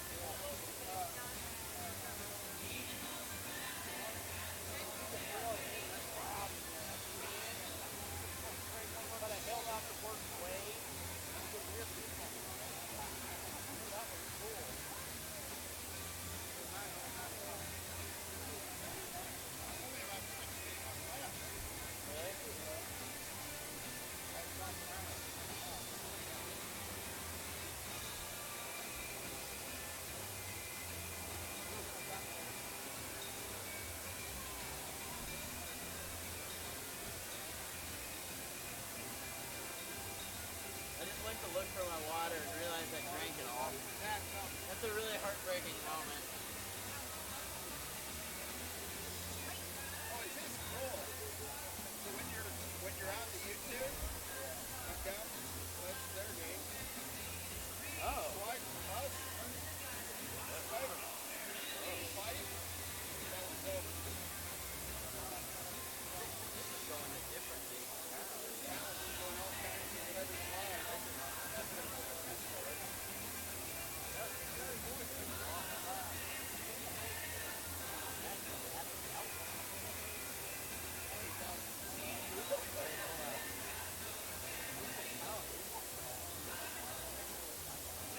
I guess it's the New Jersey Outlaws. That must be one of the oldest.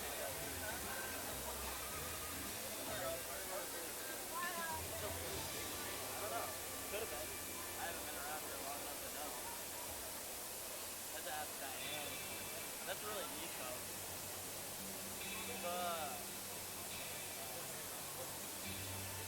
Eric, that you talked to, he really knows what he's doing.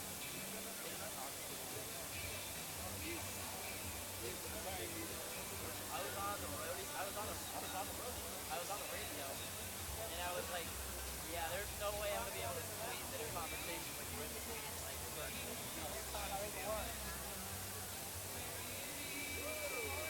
he's so smart though, like so smart.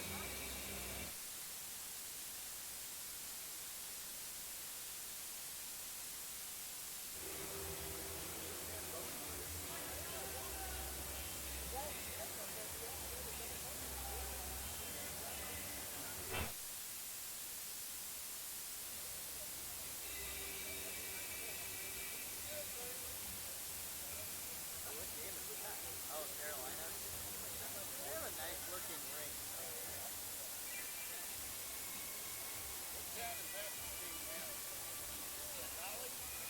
No. It's a different, it's not a rally, but it's like, it's not Williamson. I forget.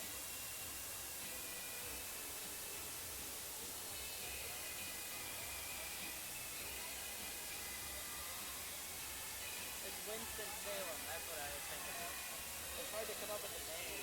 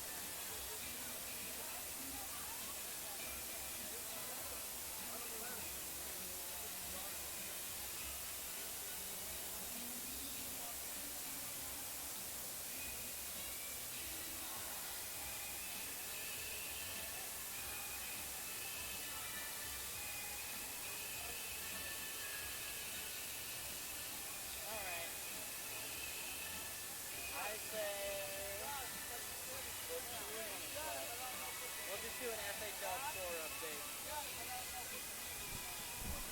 Good call.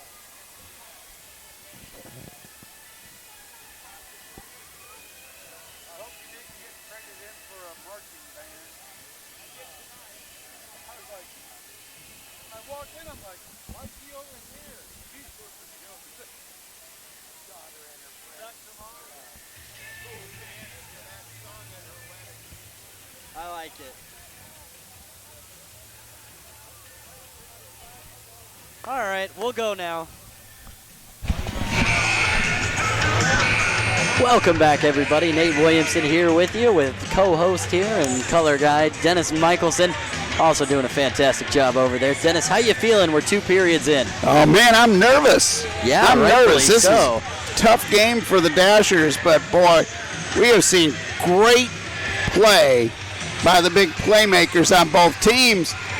But the defense has done a good job of keeping this one tight. Yeah, both defenses doing a really good job so far tonight. I don't see that changing any in the third period, but I've also seen weirder things happen. A little bit of an FHL score update here for you. Elmira up 4-3 on the Thunder from Delaware. I do believe that game is over. The FHL website not really helping me out here too much with that. River Dragons over Port Huron 4-3. Danbury and Carolina going at it in Carolina. Danbury up 3-2 with that one, just coming down to the closing minutes. Mentor up 5-3 over the Battle Creek Rumblebees, and of course right here at the David S. Palmer Arena in downtown Danville, 2-2 between the longtime rivals Watertown Wolves and the Danville Dashers. Seeing how Danbury is, got the edge there against Carolina pretty late in the third period, it gives more credence to how good those Dasher wins were last week against that Danbury club. I thought was very impressed with the athleticism of the hat tricks last week. Yeah, absolutely, and it just goes to show you that no matter what happens here in the FPHL, there are some weird things going on, of course, and in any league like this that's so wide open and so breakaway, anyone can have their day, that's for sure. Was talking to Coach Ray Tremblay before the game, and was talking about how disciplined his team and how they were playing so well, and he was saying, it's, and I said it was more than just one loss record. It wasn't just that they won all 4 games. It's how they've poured it on and played so aggressive. But I also said, in this crazy game of hockey, you can totally outplay the other team and lose 3-0. Yeah, you definitely can. Hockey's one of those sports that happens in. Just kind of a weird thing, but that's what makes it so fun to watch, honestly. You have to watch it the whole way through because you never know exactly what's going to happen. Going to be very exciting here, and as is always the case in a tight game into the third period, these first 3 minutes will set the tone. Fred Hine and Liam Little taking a lot of face-offs against one another tonight, and Liam Little comes out the victor of this one here. Going to come all the way back to the Danville defense. That'll be Johan Hoagland taking it, surveying his options, elect to send it across to Brad Denny. Hoagland and Denny holding down a lot of the defensive minutes here as that finds Fred Hine. He's got Justin Browsen and Johan Hoagland also with him there. It's actually Tanner Hildebrand getting the opening nod here in the third forward spot for the beginning of this third period. Tanner's been putting the old body on his opponent and also playing really, really aggressive hockey. He certainly has. Marvin Powell gets a little excited there. Natural in your homecoming. He's coming back to the David S. Palmer Arena here. He's going to be sent out of the circle there for number 90, Dallas Desjardins. Wrapping around there is going to be Justin Coachman. Coachman bringing it up, having plenty of space to do so. That's going to be fired across the ice there to number 17, Liam Little, who has it batted away from him. He ends up with it again, is put into the glass by Johan Hoagland. Coming around to Jesse Gordachuk, a loose puck does, and frozen promptly afterwards. That puck took another weird bounce off the backboard there and just kind of came bounding out in front. But Gordachuk never took his eye off of it. Made a good stop. We've seen outstanding play by both Jeremy Pominville for Watertown and by Jesse Gordachuk again for the Dashers. Absolutely. Both goalies really put in a show. A little bit of rebound goal action coming on. We thought Pominville might go the whole first period without allowing a goal, in all honesty, but no such luck for him there. He's put on a heck of a show regardless. That one's going to be scooped up like a shortstop grounder there by Jesse Gordachuk. That puck was on end as it took off from the Watertown defender or defensive man, and that thing came in like a knuckleball. Derek Boudreau lining up against Patrick Zylak in the face-off circle as Watertown turns that one over. Only as far as the point man, though. Eventually going to get on the end of this is Danville. Alex Palmerville going to slap it up. Number 9 there, Lane King, tries to fire a shot on, but the net comes off after the deflection from Jesse Gordachuk. Danville getting a little sloppy here on defense to start the third period, giving up some chances in that offensive end for Watertown. Got to see that put to an end, or the good guys are going to be down real quick here in the third. A.J. Tesserero against Derek Boudreau here as Tesserero locks him up long enough for Alex Palmerville to recover the puck here. Sends it back around to Aaron Atwell. Atwell had a mitigated impact on this game as compared to last weekend. Still some good shifts there on the defense nonetheless. Has moved back to a defensive role for the weekend, or for tonight at least. He probably will not be there tomorrow if Ben Bukal is able to make it back. Number 9, Lane King coming down. He passes a stretch over to Derek Boudreau. Elects not to shoot, elects to wrap it around and survey his options. That's going to come back to Tyler Urich. And stripped away there is Urich, but only so far as the Watertown point man. It's going to come right back to Urich behind the net as he's playing a very good facilitating role. Almost picks a pass out there to Lane King for a shot, but whiffs on it, and it comes back, and Watertown elects to dump after it comes over the blue line. Fresh legs for both sides here. Surveying now, Brad Denny looking at some stretch passing options. He tries to find the stick there of Nick Gullo, but just out of reach as that's going to come back for an icing.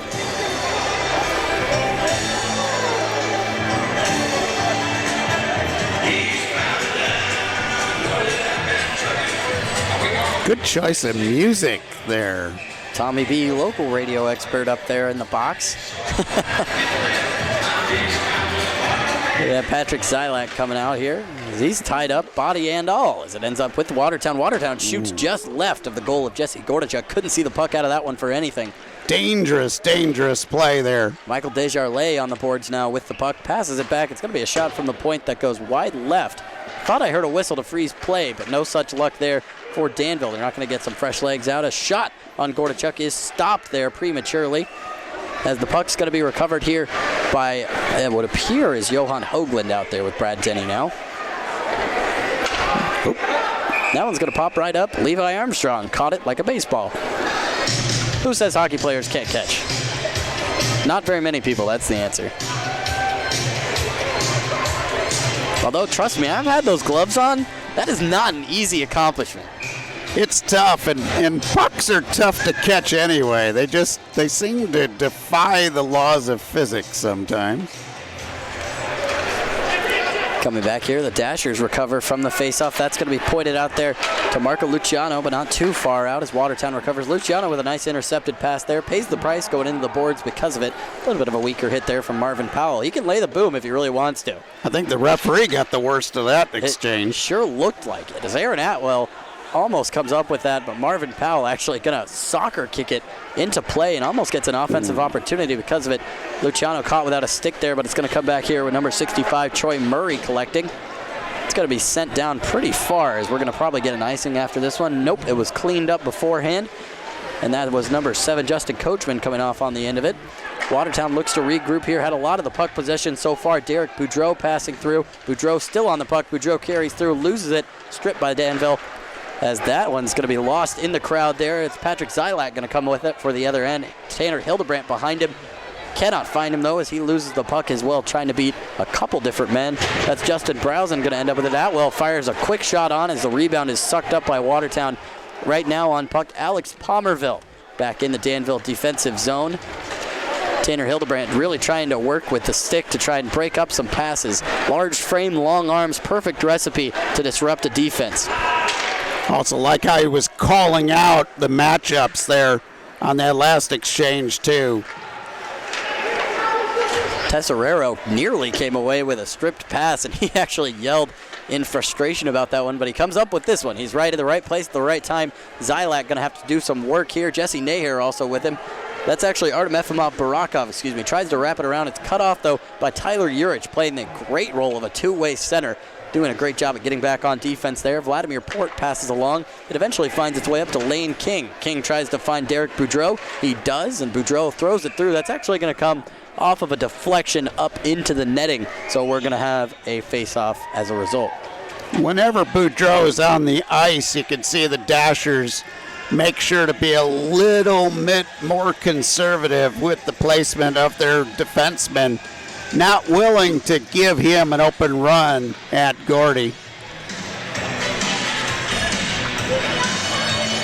Now face off to the right of Gordachuk. It's going to be won by Danville, but pushed out as far as Jesse Naher. Naher's going to have to do some work here to get out of this one. A 3-on-1. Elects to fire it on to Jeremy Pominville, and is going to win an offensive face-off for his team off of a 3-on-1. One of the better results that you could hope for in that situation. Very smart play there. He knew he didn't have the numbers. Knew he was outmatched, but he made the goaltender work.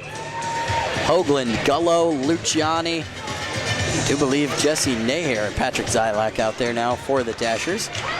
Hoagland in the back on the pairing there for defense will fire some from the point. You'll see that become a factor probably later on. Right now with it, Brad Denny tries to throw it through, surveys the options, ends up finding Marco Luciani behind the net. Luciani tries to evade the Watertown defense. No such luck. Watertown playing some stout defense here recently, keeping possession very well. Now with it is going to be Liam Little on the other side here. Michael Desjardins on now, passes through, is almost going to find the back crease there on Gordichuk, but the puck goes right through the blue zone, nothing to come of it. Dashers player goes down along the boards, though. That's Nick Gullo. Coming now with it is going to be Brad Denny. He's going to try and carry into the offensive zone here. Coming through, he's looking for options, but Watertown swarming. Johan Hoagland now dumps it in. That's going to find Nick Gullo. Gullo with a fake left, go right, bringing it around, finds some space there to the left of the goal of Pominville, but Watertown swarming to the puck. Patrick Zylak now with it. He's going to try and find an open point man, you would think, with this shot. That's going to come out to the point, as said there. Brad Denny going to dump it back down. Is not a great pass. Watertown easily able to recollect. Denny going to carry through and pass off to Zylak, who finds a little bit of space there, working on the Watertown defense almost alone. Tries a backhanded wrist shot, no good there. Jesse Nahair ends up on the other side of it. That's Troy Murray now in at defense for the Dashers. Carrying down is Watertown. That was Dallas Desjardins with a shot on Gordichuk that's wrapped up fairly easily. 14:05 left in regulation, still tied 2 apiece. 2-2 in the third, 14 minutes left here on the clock at the David S. Palmer Arena. Kind of a heads or tails here, whether we'll see one team score or go to overtime. Both look threatening, but chances capitalized on been pretty lacking so far tonight. Troy Murray with a nice little juggle off the stick to try and evade, but just doesn't work out. It's going to eventually find Murray again off the boards there from the Watertown player. Justin Browsen on the break now. He's going to skate through with this one. He's going to fire a shot really hard on Jeremy Pominville. Pominville recovers from it, and the Dashers now have the puck in the offensive area. Aaron Atwell also out there for the Dashers as Fred Hine tries to pass on to Justin Browsen. Hine tries to keep that one in the offensive zone, but he only gets as far as Atwell anyway. Dashers look to recollect here. Fred Hine going to have some space here. Shoots. That's going to be deflected off the glove of Jeremy Pominville and batted around a little bit by the Watertown defense. They're trying to get this out to Tyler Urich, who can stretch that field with any pass, and he does. Now out to Marvin Powell. Powell skates into the offensive zone. Looks like we're going to see an offside. Yeah, Tyler Gurich was on the near side of that play and just kind of misread the stick handling by Marvin Powell and put himself offside, costing Watertown a big chance. 13 minutes here left in the third period as Atwell connects with Jesse Nahair. Nahair fires over to Artem Efimov Barakov. That rebound is almost buried. Had him beat. Nahair, he had him beat with an open net, but just wide. Jesse Nahair almost with the go-ahead goal there. A good fight on the other end as he's put into the glass, but comes up with the interception anyway. Going to be recovered here by Watertown, though. A nice pass picked out there to Kyle Powell, who's coming into the zone now. Powell's going to have a shot. It's wide and high of Gordichuk. That's going to be coming around to Lane King now. King up on the boards there. Over there is Atwell. And the Dasher defense put into the boards there by Tesserero. Tesserero going to flick one forward here. He's looking for his options. 2 men cutting off passing routes there. Finds Atwell nonetheless out to Artem Efimov Barakov, who tries to deke past, ends up losing the puck instead as he's almost put into the bench there by number 9, Lane King. A nice hit delivered there, and Aaron Atwell stands up regardless. Patrick Zylak going to give chase here to the Watertown defenseman, Vladimir Port, and Kyle Powell back there on defense. Powell now with it. Looks for an outlet, finds an outlet. Number 15, Cameron Dimmitt coming forward here as he dumps that one around the boards. Dasher's doing a really good job of winning those 50-50 plays along the boards. That one's going to come back here to number 47, Igor Kostyakov. Kostyakov over to Cameron Dimmitt. Kostyakov fires forward there and finds Joseph Devaney. Devaney carrying in now. And pushed up against the boards there by the Dashers. Patrick Zylak going to come out on the right end of that one. Johan Hoagland also in on that hit. A slight push sends Jesse Nair sprawling, and he recovers nicely. Patrick Zylak going to carry as the Dashers might have a break here. Did a good job of reading that play and not sending it out in front of his own net because Watertown was swarming. Watertown going to try and capitalize on the shift change here. Watertown offense is going to be knocked down, and that is going to be saved. Yeah, delayed penalty on the offensive opportunity. It was played upon, but a nice save from Gordichuk to not make it mean anything. But now We're going to go to a Serve Pro penalty kill here in the third period. 11-12 left. That's not a saying error. It's 11 minutes, 12 seconds left in the game. Levi Armstrong going to the sin bin, and this is a big challenge for the Dashers penalty killing unit. And a big challenge and a really big moment here for the Dashers. It's going to be Fred Hine out there, as well as Alex Palmerville. Palmerville gets tripped up along the boards, no call. Of course, Tyler Urich, perennial goal scorer out there behind net right now with the puck, is Urich trying to find some help along the boards here. Nothing open. Nice route closing by the Dashers. Good sticks, active in the passing lanes. A redirected shot is fired on, and that's in the blue zone. It's going to come out harmlessly and be flicked up almost to the hands of Coach Ray Tremblay. Not quite, though. He had that one measured. Yeah, he was. Ray had it all the way. He was ready for it. He might not have been a goalie, but he was ready to be a goalie in that situation. And the Dashers bench making sure the young fans here get a souvenir. That's one of the best things about hockey, is taking those pucks home when you're a young kid, that's for sure. Palmerville recovering here, number 11 wearing behind. Nick Gullo with a little bit of a stick deep. Not smart to do that, just want to get rid of it in this situation. Pressing hard on it there are the Dashers, almost capitalizing on it. Kyle Powell going to be coming through here. He passes the lane. King holds. Passes over to number 22, Tyler Urich. Urich to Powell to Urich. Urich with a shot that's wide of Gordachuk's net to the left. Dashers unable to get the rebound of it. Watertown an open shot on the right net. Gordachuk comes through the blue zone, but no such luck there for Watertown as we have a freeze on play. That previous shot, Gordachuk didn't have any clue where the puck was going. Real good job of screening right out in front of the net. And speaking of nets, the net came off on that last play as well. Didn't come up enough to cause a stoppage of a scoring opportunity, but they are going to bring it back here. 1:02 on the power play left for Watertown.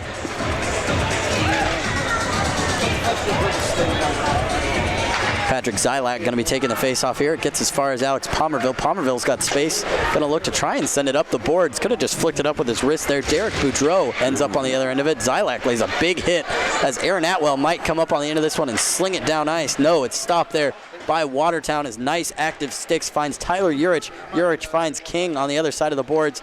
And the Dashers really fighting for this one here. That's kept in well by Watertown. On the other end of the ice here on the offensive side, it's going to be Powell here on the puck. Powell with Urich screening in. It's Powell with a nice block there from 94, Nick Gullo. And that one's going to get as far out to Powell here on the point. Gordachuk really trying to seal that right side of the net here.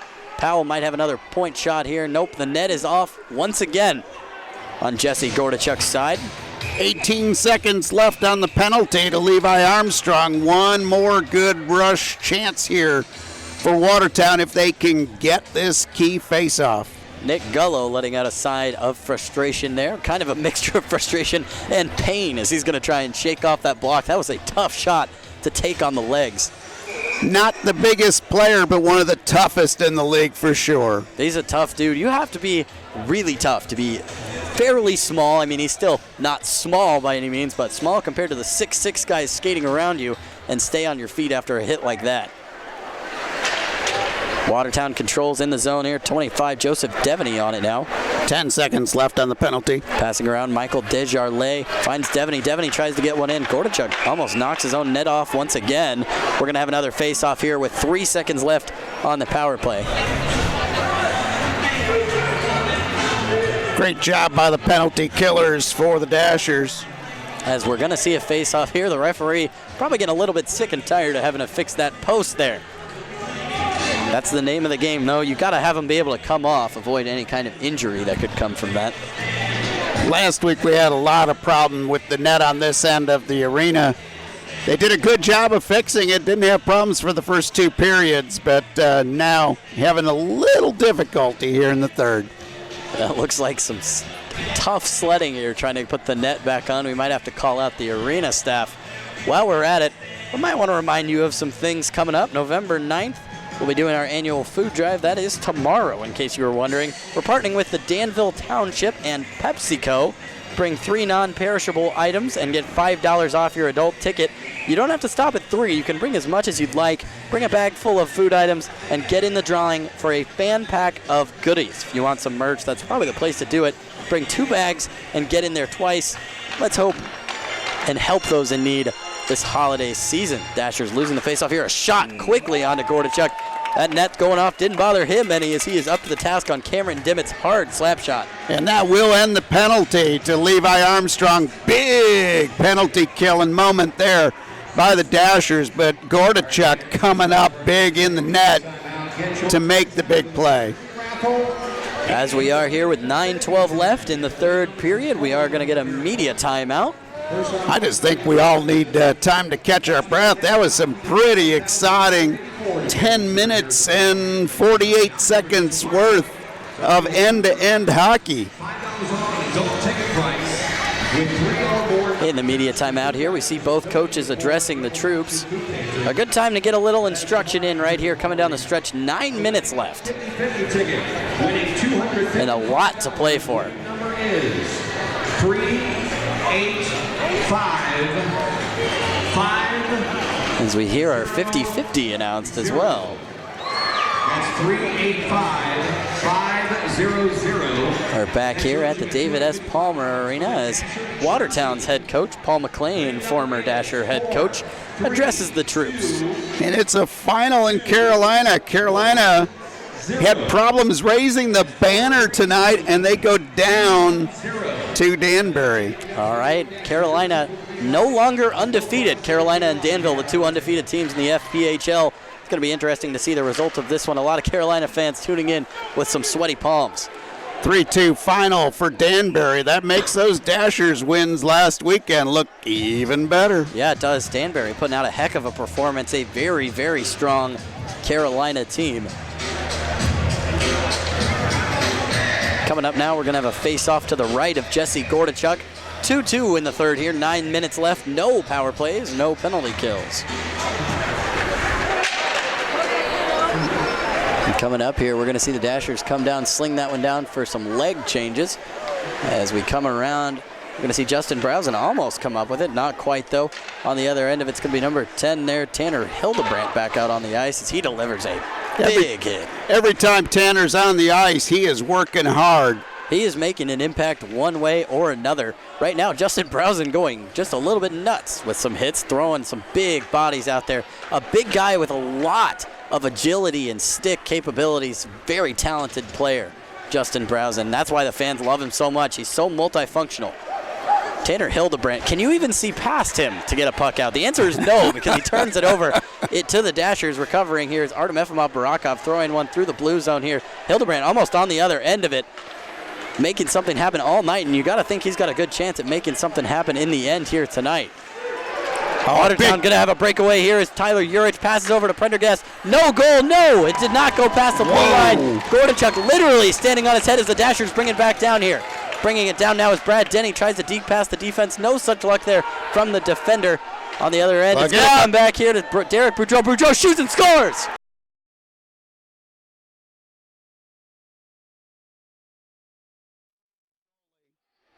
And he comes up big there the second time around. Derek Boudreau coming back here and putting the Watertown ahead with just 7 3/4 minutes left in the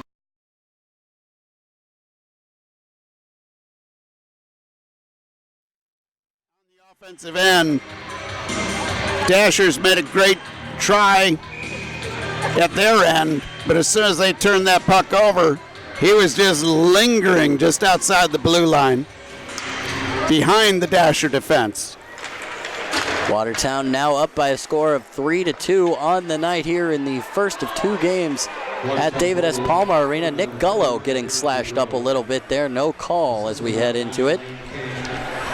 And after that goal, Danville really going to have to be on the offensive here. Nick Gullo coming through. Marco Luciani to his right. Gullo pulls one back, almost finds the 5-hole. And now holding him on the ice. Going to get the call. Preston Kugler. You're going to get the call from the far side official.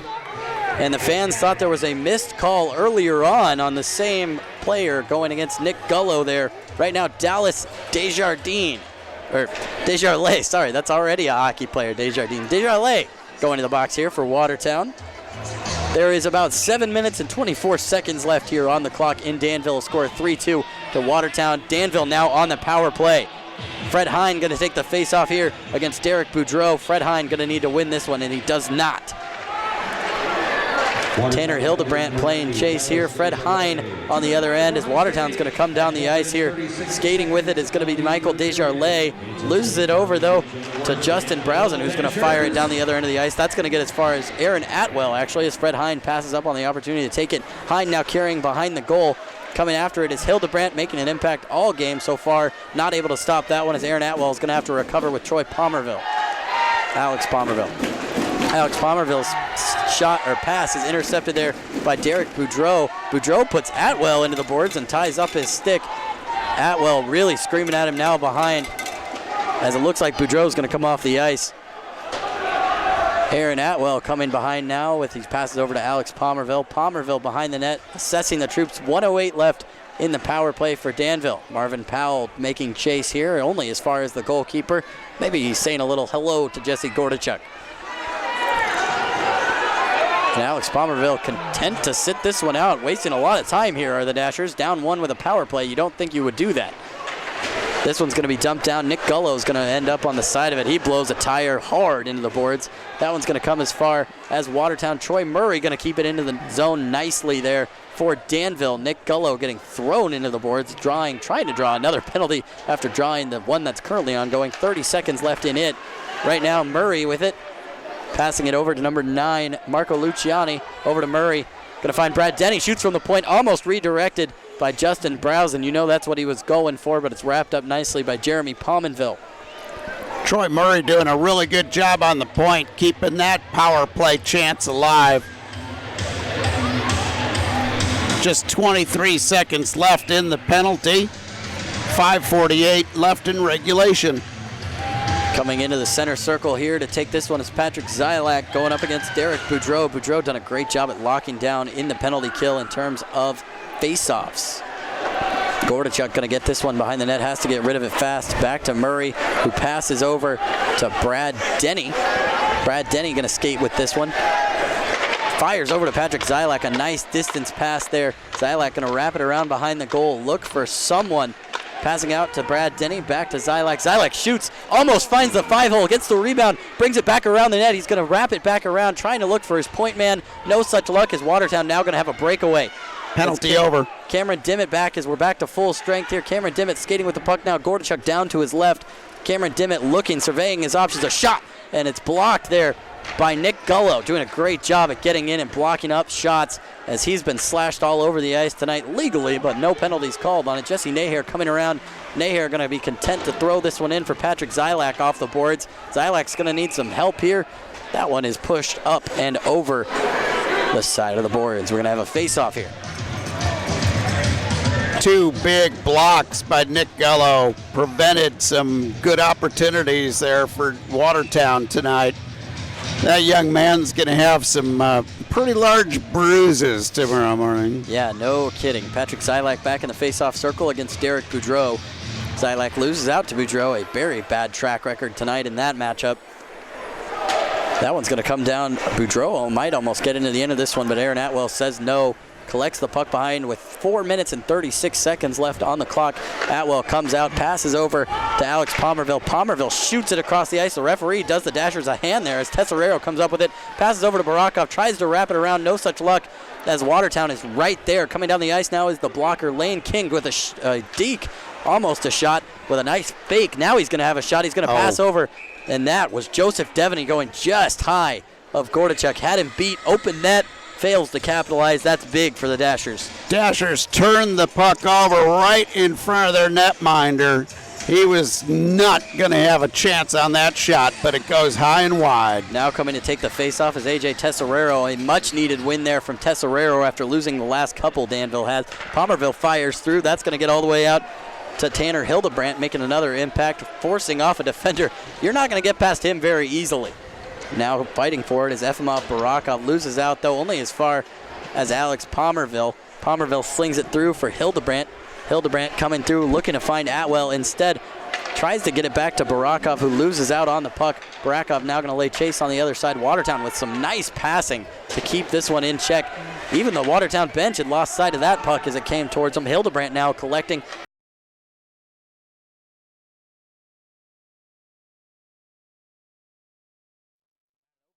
taking it. Zylak coming through now, fighting with it with Barakov. Barakov holding on, is cross-checked in front of the net. No call as Watertown goes on a 2-on-1. Now coming with it is Cameron Dimmitt. Dimmitt comes through. The Danville defense closes nicely and sends Dimmitt freshly into the boards. Naher fighting for it now. Patrick Zylak out there as well.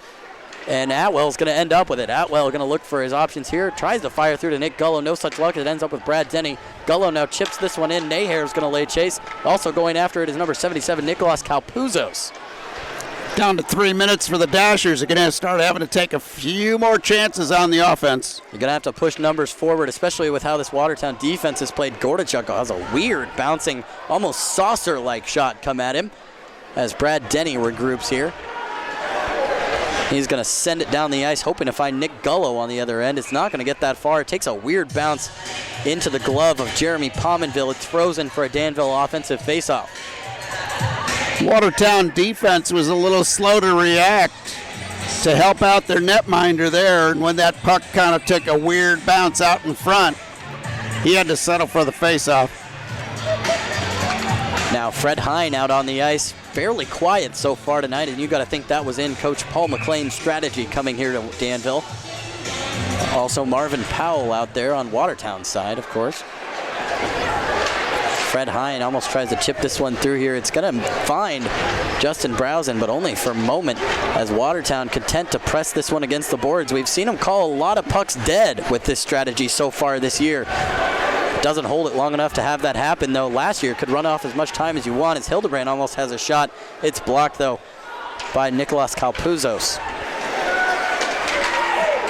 A big hit laid there by Seth Enser.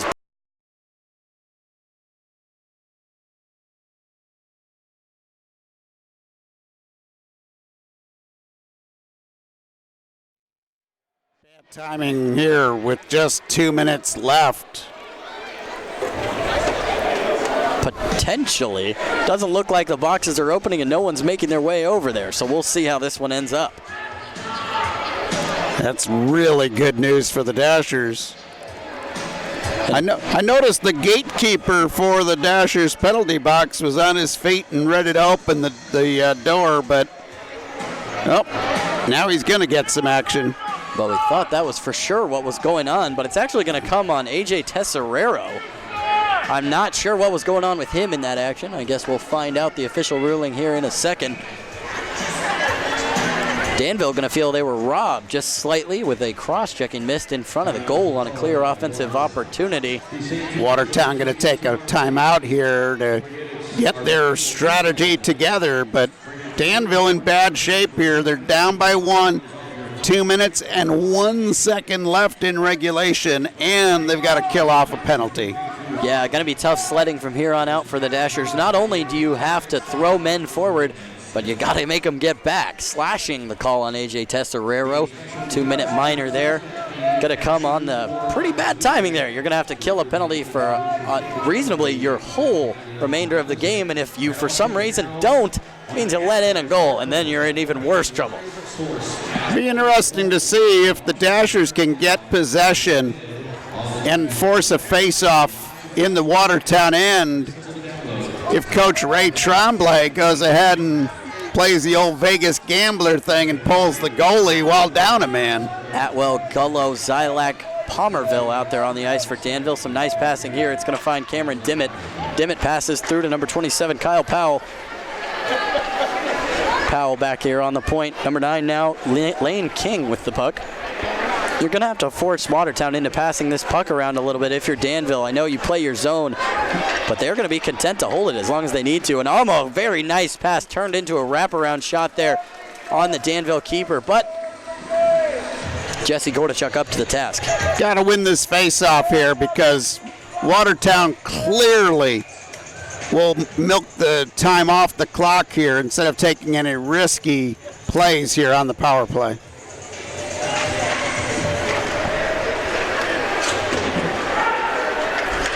Danville going to be able to get this one back. Tries to send it out of the offensive zone, but no such luck. Aaron Atwell going to eventually get to the end of it. He's going to have to make something happen here. Atwell passes out. He finds Jesse Naher. Naher's got space on the right. He's got space on the right. He's coming back, and that's fired up and into the stands off of a redirect from the stick. We're going to have a face-off here in the offensive zone. It's going to be interesting to see what happens here as Jesse Gordichuk is out of his net down by the Dasher bench, keeping that door nice and wide open so far. Gordichuk going to make his way back out on the ice for now. Minute 16 left. Think if the Dashers get possession, they might pull the goalie here. Looks like they did, and they are not pulling the goalie just yet. It is going to be kept in the offensive zone here for the Dashers for just a second, as that puck's going to be held by Watertown. Now we're coming back on the Watertown. They have a breakaway here. Watertown on the offense. Gordichuk is hammered. And that one is going to come back for a penalty, you got to think. I think they're going to.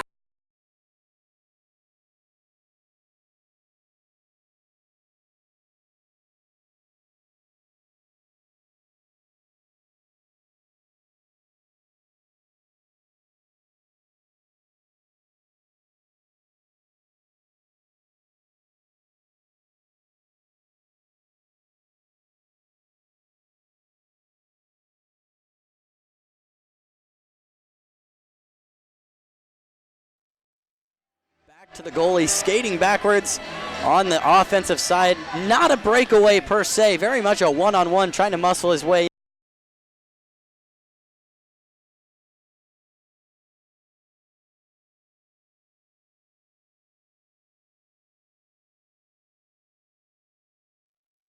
Kyle Powell being the good guy, throwing his glove over to his teammate. It is going to be a minor here on Cameron Dimmitt, as we'll see a 4-on-4 for 58.3 seconds unless someone scores.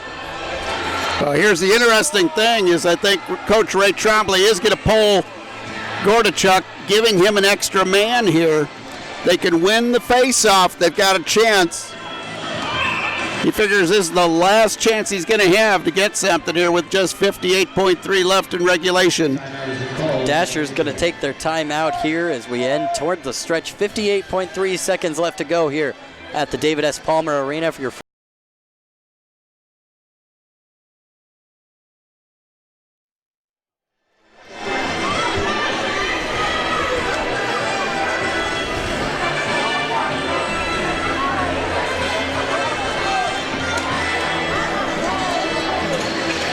as we see the two coaches address their teams here in Danville. We're coming right down to the wire. 3-2 Watertown out on the lead.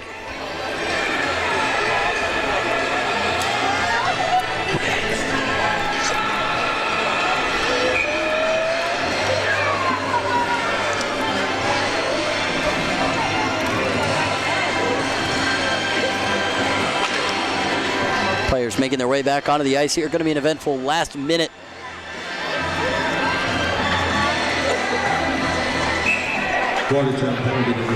Alex Palmerville on the point is going to be a key player here to.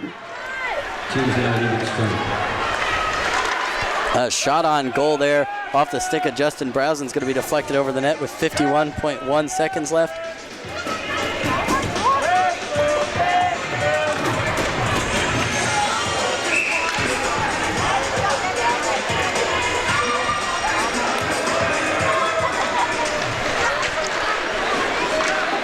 Watertown going to be able to send that one down. That's going to be crucial, killing off about 10 seconds at least as we come back down. Going to be icing as Alex Palmerville gets to it very quickly.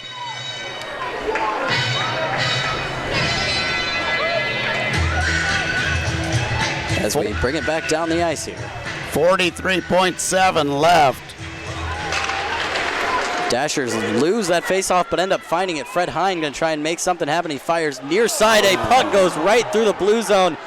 Almost caught in the blue zone there as Dashers come up with a bloody face mask. That is going to be number 9, Marco Luciani, getting a little blood. Is 25 seconds left. Aaron Atwell coming back down here. Dashers going to try and find Fred Hine with this one. Atwell carries into the offensive zone. Atwell's shot is blocked, almost skips back into the net. Atwell forces into the boards, going to try and pick this puck up. That's going to be frozen behind by Watertown. Oh. Coming back for it now is Palmerville. 7 seconds left. That's going to be an icing. It's picked up by Palmerville. 7 seconds left on the clock. 5 seconds left in one penalty. That is on Danville, and 1 minute left on the other penalty.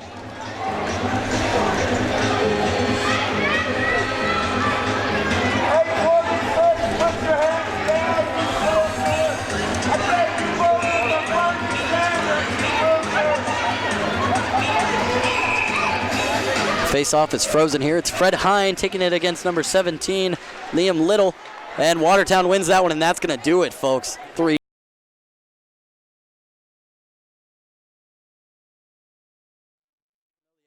Waved. Buzzer still sounds. Looks like the referee skates over to the box. There would have been a few ticks left on that clock, and it looks like they are going to award it. Danville with perhaps one last chance if you get a shot right off of the faceoff. Fred Hine has to win this faceoff. Absolutely. There's no fighting that. As the puck is dropped here, it's Fred Hine against Liam Little. Little got the better of Hine many times on these faceoffs.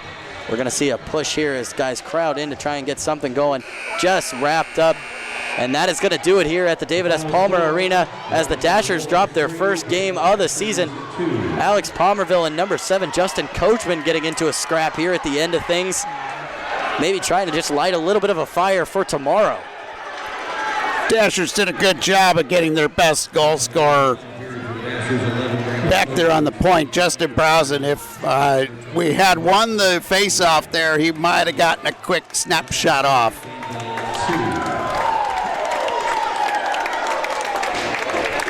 And that'll do it here. 3-2 the final score. Watertown coming on the road even with a bus breakdown and take the win against the Danville Dashers. And the Dasher fans still very supportive. That was a great game played and a scoreline pretty much exactly as predicted here. Got a knack for that sort of thing.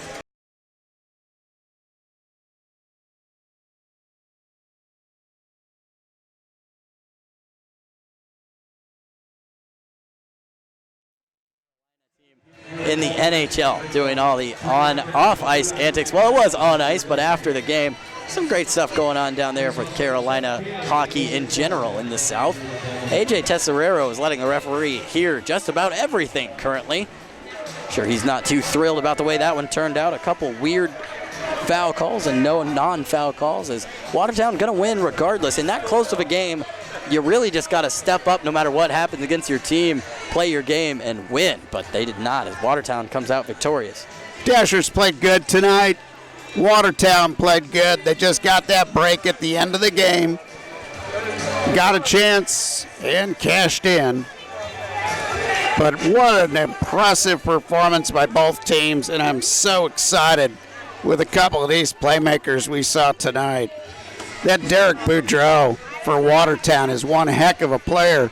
And as great as he is on the offense, he had a couple of key plays, killing penalties off too, and that was the difference tonight. It's definitely going to be interesting to see how the game shapes out tomorrow between these two teams. I imagine we might see a little bit more aggression as the weekend goes on and maybe a little bit more open play as legs get tired and the weekend continues. A great game tonight. Sure to be another one tomorrow. Dennis, if you got to say one key for Danville getting back into the win column tomorrow night, what are you taking?